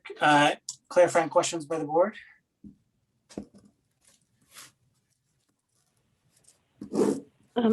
I have a couple questions. One is, would in the future, I don't see this PowerPoint presentation on the agenda, and I think it's really, it's actually a lot easier to read it this way than the 158 pages that are on there. And so I'm wondering if going forward, if we could share these so that people that are watching online or coming to the meetings could also look at it that way, just because I find it easier to read. And that was not Patrick's problem. Apparently Oh, yeah. it was sent to us and we did not get it uploaded. So I don't know what happened there, but Yeah, sorry about that. I didn't double check to make sure it was uploaded. Sorry about that. It was intended to have been attached. Yeah. Oh yeah, no problem. I like it. I like it a lot better. The other question was back to a previous item when actually Dr. Rosas was talking about SB 86 and how the money that we would get is actually money that was coming to us anyways. How does that factor into the budget? Like, when were we supposed to get this money and now we're going to get it? Like, I'm just curious how that works. So, you know, sorry, go ahead. It's Dr. deferral. Rosas, you want to? Thank you. Yeah. Sorry. Go ahead. You were saying deferrals? They're deferrals. No, well, yeah, the deferrals, please. Allison, you had a question about that before too, right? So the deferrals are still part of the current year's, how it's impacting us from a cash flow perspective. The deferrals is part of the governor's adopted budget. You might recall when we did that slide set. The deferrals moving forward, they were eliminating those deferrals, right? So for the 21-22 year, the plan was to eliminate those deferrals, but it's still part of the current year. There was a deferral, but moving forward, the elimination of that deferral affects us from a cash flow perspective. So that's it very simplistically. I can get into more detail with you if you're interested. I'm happy to talk to you about it one-on-one too, if you're interested in talking about more detail than that, but that's high level what we're talking about. Okay, maybe I'll take you up on that. Okay. Thank you. Anytime. Sure. Any other clarifying questions? Okay, Peter, please, public comment period. I'm going to officially open up the public comment on this item. Okay, anybody in the audience that would like to make public comment on the second interim report, please use the raise your hand functionality within Zoom now.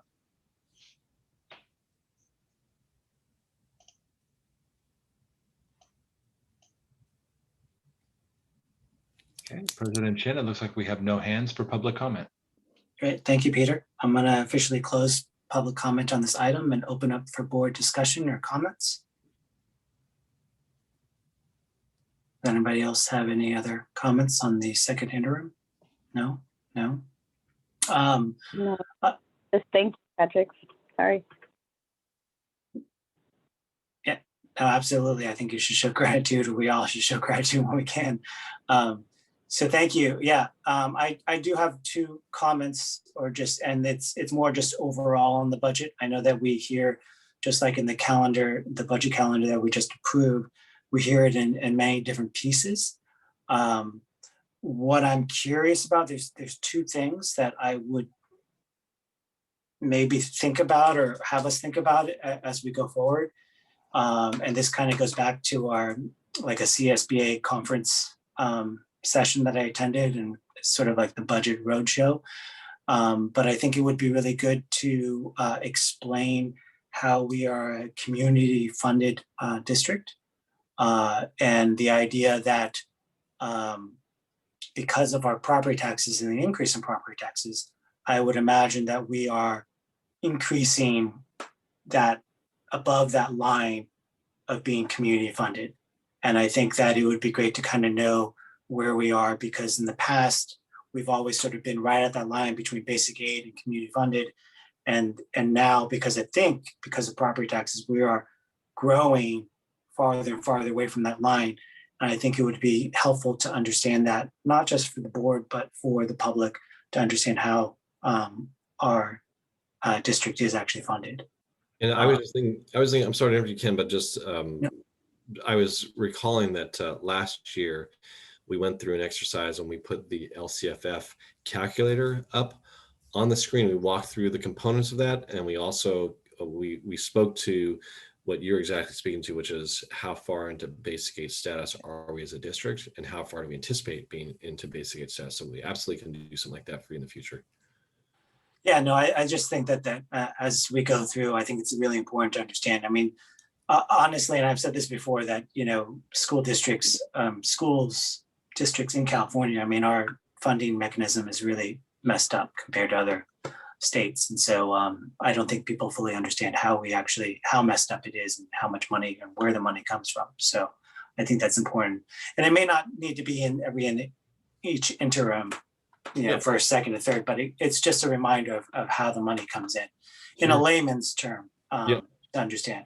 The other comment I wanted to make was we're getting millions of dollars through the stimulus, whether it's CARES or the American Recovery Act or however, whatever name we're using for each of the stimulus money, including the state sending us money as well.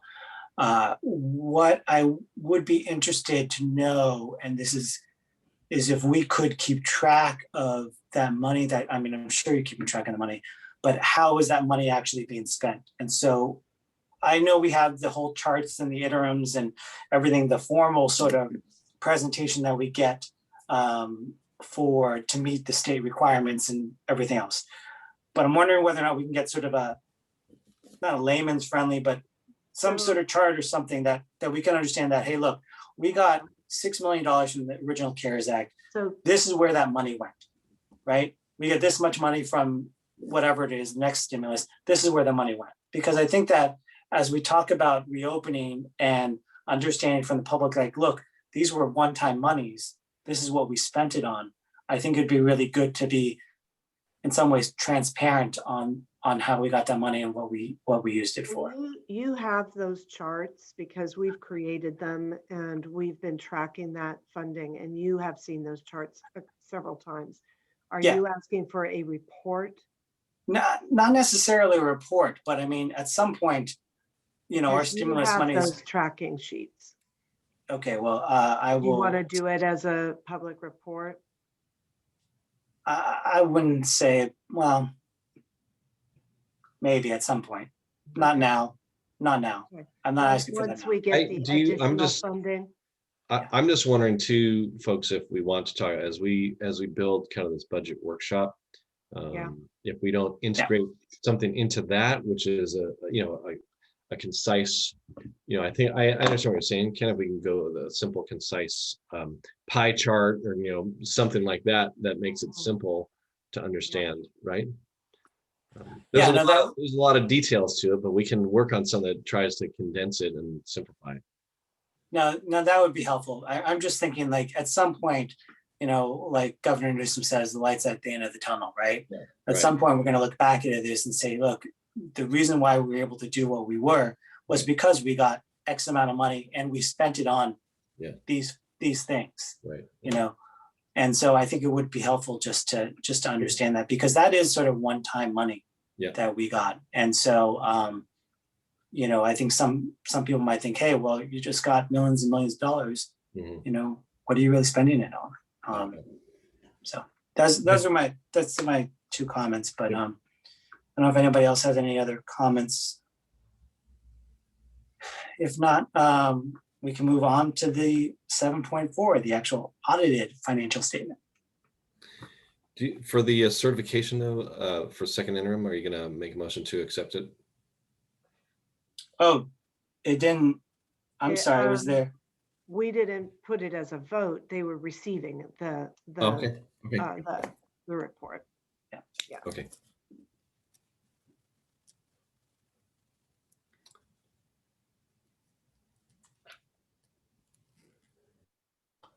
Okay, sorry. And 7.4 for the audit financials, we're bringing that back to you next time. Right. Oh, I'm sorry. 7.4 was pulled from the calendar. So we're actually moving on to, is that correct? Right? Correct. Yes, thank you. Sorry. I knew there was another item we were pulling. So we're actually going into agenda item 8.1. Right. And actually the next 4 items are all going to be presented by Assistant Superintendent Sue Weiser, and they have to do with the next step in negotiations with SMETA. So I'm going to let her go right through each of those with you. Thank you. Good evening. Tonight, we are presenting to the board initial proposals from the San Mateo Elementary Teachers Association as well as the district. And so per government code 3547, Any initial contract proposals need to be presented to the board at a public meeting and recorded as part of the records. And so attached. We lost you, Sue. You may have to take your visual off. And present to the board is the SMETA initial proposal. All right, can you hear me now? Yes. Okay, so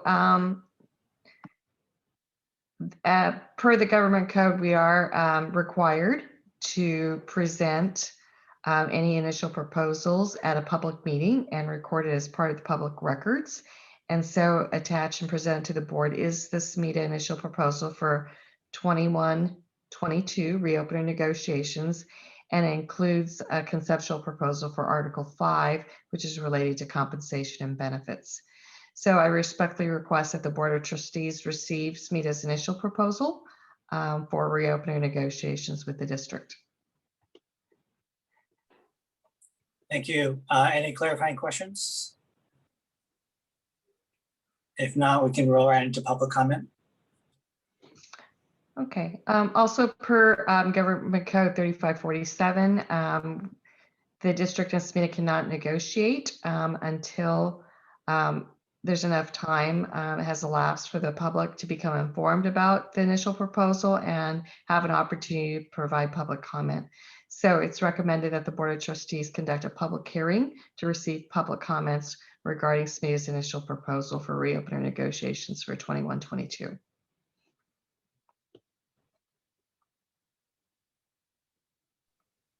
Sorry, Sue, are we, we're treating 8.1 and 8.2 together then is that correct? Well, they're two separate. So we need to open a public hearing and allow the public an opportunity to provide comment. Okay, so does it, I guess the process wise, do we have public comment on 8.1 and then also on 8.2, or do we just treat them all in one? 8.1, 8.2 is combined agenda item. So 8.1 is a separate item where the board is receiving the initial proposal. And then So Sue, that's why he was saying public comment. He hadn't jumped yet to 8.2. He was just asking if there was public comment on 8.1. Oh, I'm sorry. Yeah. I thought you were opening a hearing. No, okay. He hasn't gone to 8.2 yet. Yeah. So now it is public comment on 8.1, if anyone had wanted to speak to that item. Yeah, thank you. I was, yes, thank you. It's a very confusing set of items, but yeah. Well, so why don't we have public comment or open public comment on 8.1? Okay, anybody in the audience that would like to address the board on item 8.1, the SMETA initial proposal for the 2021-2022 reopener, please use the raise your hand functionality within Zoom now. Okay, we have one so far. Marcella, go ahead. Hi, thank you. And I'm not sure if this is the right part or if I'm supposed to be speaking in 8.2, but I will at least comment that in the SMETA opener, there was a document, or one of the areas that was recommended was creating additional stipends and increasing stipends. And I would like to specifically call out our bilingual immersion teachers who are using their skills to teach our students. I continue to be very concerned. I've been concerned for the last 2 years, the last almost 3 years, about the number of teachers that we have lost in this district. And I think that this needs to really be considered. We need to look and be competitive with our local districts, because bringing them in is one thing, but if they keep leaving, that's going to continue to exacerbate the problem. So again, I'm not sure if it's in this part or 8.2, but I wanted to make sure that the stipends are meaningful, because right now the stipend is not meaningful at all for our immersion teachers to use their BCLAD certification. Thank you. Thank you, Marcella.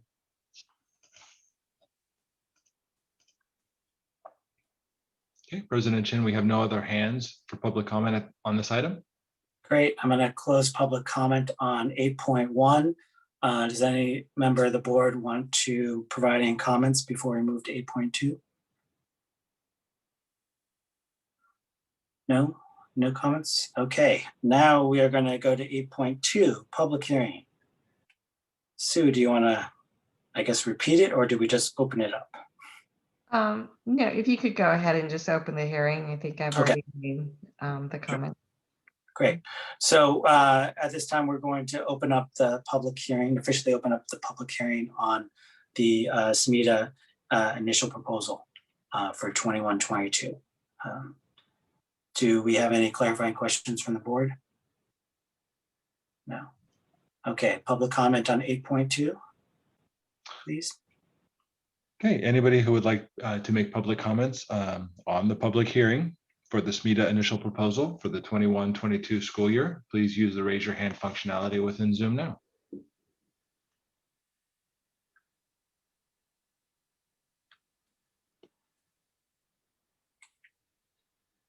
Okay, we have no hands for comment on the public hearing.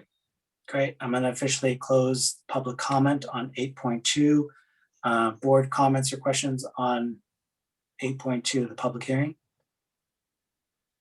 Nope, okay. I'm going to officially, I guess, Sue, if you correct me if I'm wrong, I guess I'm going to officially close the public hearing. Is that the right terminology? Thank you. Okay, I'm going to officially close the public hearing on 8.2, which is the SMETA initial proposal. Moving on to 8.3. So in 8.3, similar to the SMETA initial proposal, brought forward to the board is the district initial proposal for the 21-22 reopening negotiations with SMETA. And it also must be presented to the board at a public meeting and recorded as part of the public records. The district's initial proposal includes the same article, Article 5, which is related to compensation and benefits. And so I respectfully request that the Board of Trustees receive the initial proposal. Great, thank you. Any initial questions from the board or clarifying questions on 8.3? No. Public comment, please, Peter, on 8.3. Okay, any member of the public who would like to make comments on the district's initial proposal for the 21-22 school year with negotiations with SMETA, please raise your hand within Zoom now.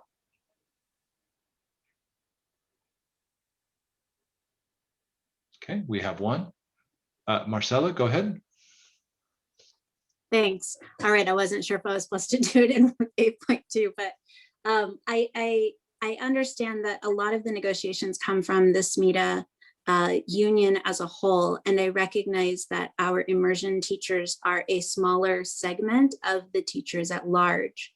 And so from the district side, I would request that as negotiations are happening, that there be a recognition that programs like Fiesta Gardens are powerful tools that build pride in our identity, pride in our language, and raise our children to be bilingual and biliterate. And that's a priority for our governor, for our state, and for our society. And without this type of program, we stand to lose our teachers, we stand to lose our students. And so I'm really hoping that even though immersion teachers may be a minority within the union, that there is a recognition on the district side and a push, as big a push as you can make, to make sure that those teachers are compensated for the additional work that they take on in those immersion programs. Thank you. Thank you, Marcella.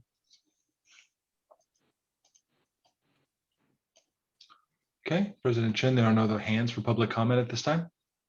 Okay, I'm going to officially close public comment for 8.3. Open up to board comments or discussion on 8.3. Seeing none, we're going to go to 8.4. Again, per the government code, we need to have a public hearing to provide the public with an opportunity to comment on the district's initial proposal. So I request that the Board of Trustees conduct a public hearing to receive public comments for the 21-22 district proposal for reopening negotiations with SMETA. Great, thank you, Sue. I want to officially open up the public hearing for the district proposal. And any clarifying questions on 8.4? Public comment, please, Peter. Okay, any member of the public that would like to make comments about the district's initial proposal for the 21-22 reopener negotiations with SMETA, please use the raise your hand functionality within Zoom now.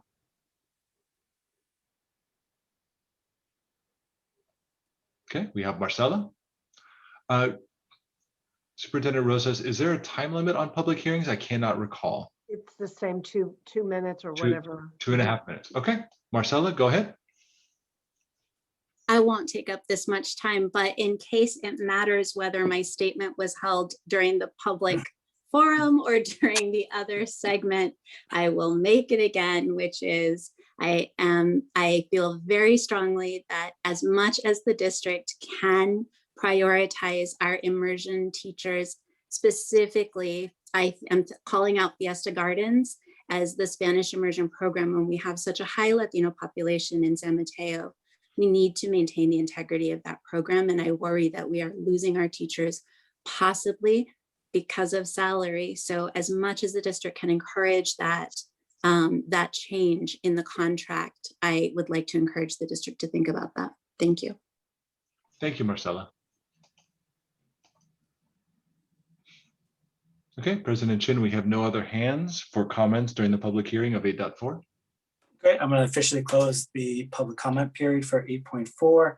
And is there any board member comments on 8.4 at all?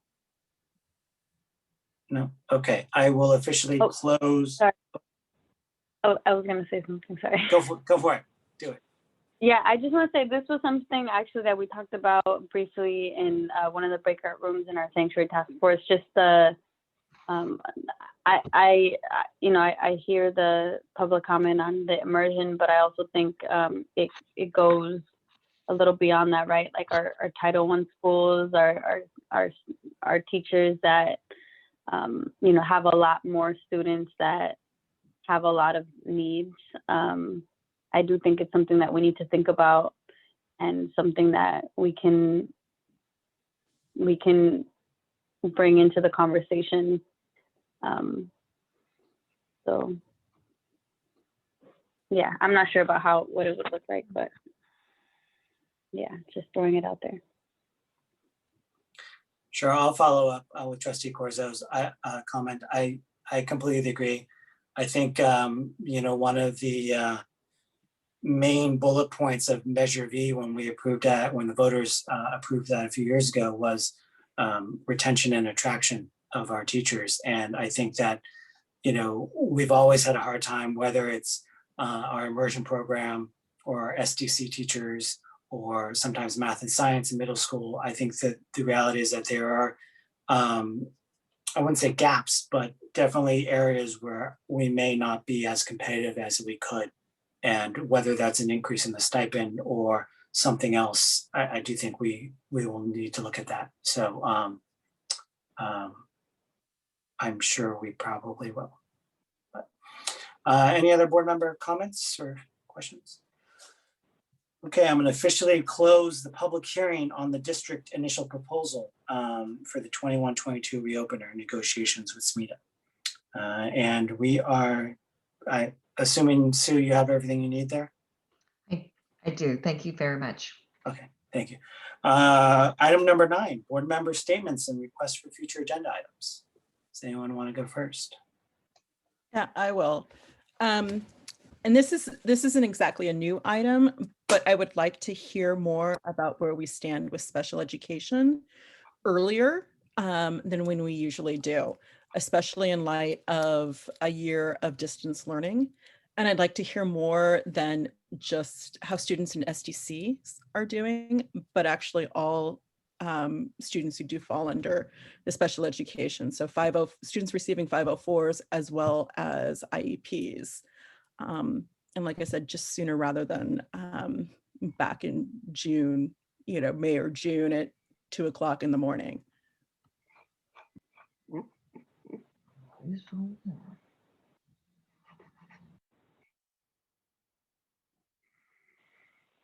I wanted to request that we take some time to discuss busing again and all of the implications.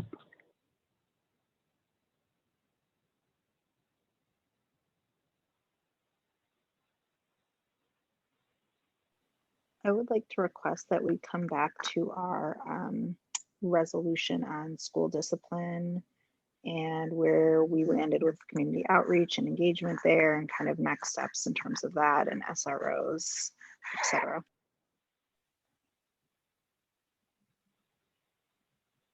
I wanted to make a statement, and I actually didn't know when was the right time to say it. So I just wanted to say that I've been saddened recently to see the physical violence and harassment against Asian American people in the Bay Area and in our country. Since the beginning of the pandemic, we've seen an increase in this, and it's just really troubling for me to see. I know that there was a rally recently in San Mateo, which I was not able to attend, but I wanted to make it clear that I stand with the Asian American community. I think that everyone deserves to feel safe, and I'm just really sorry that the Asian American community is hurting at this time, and want to give my support.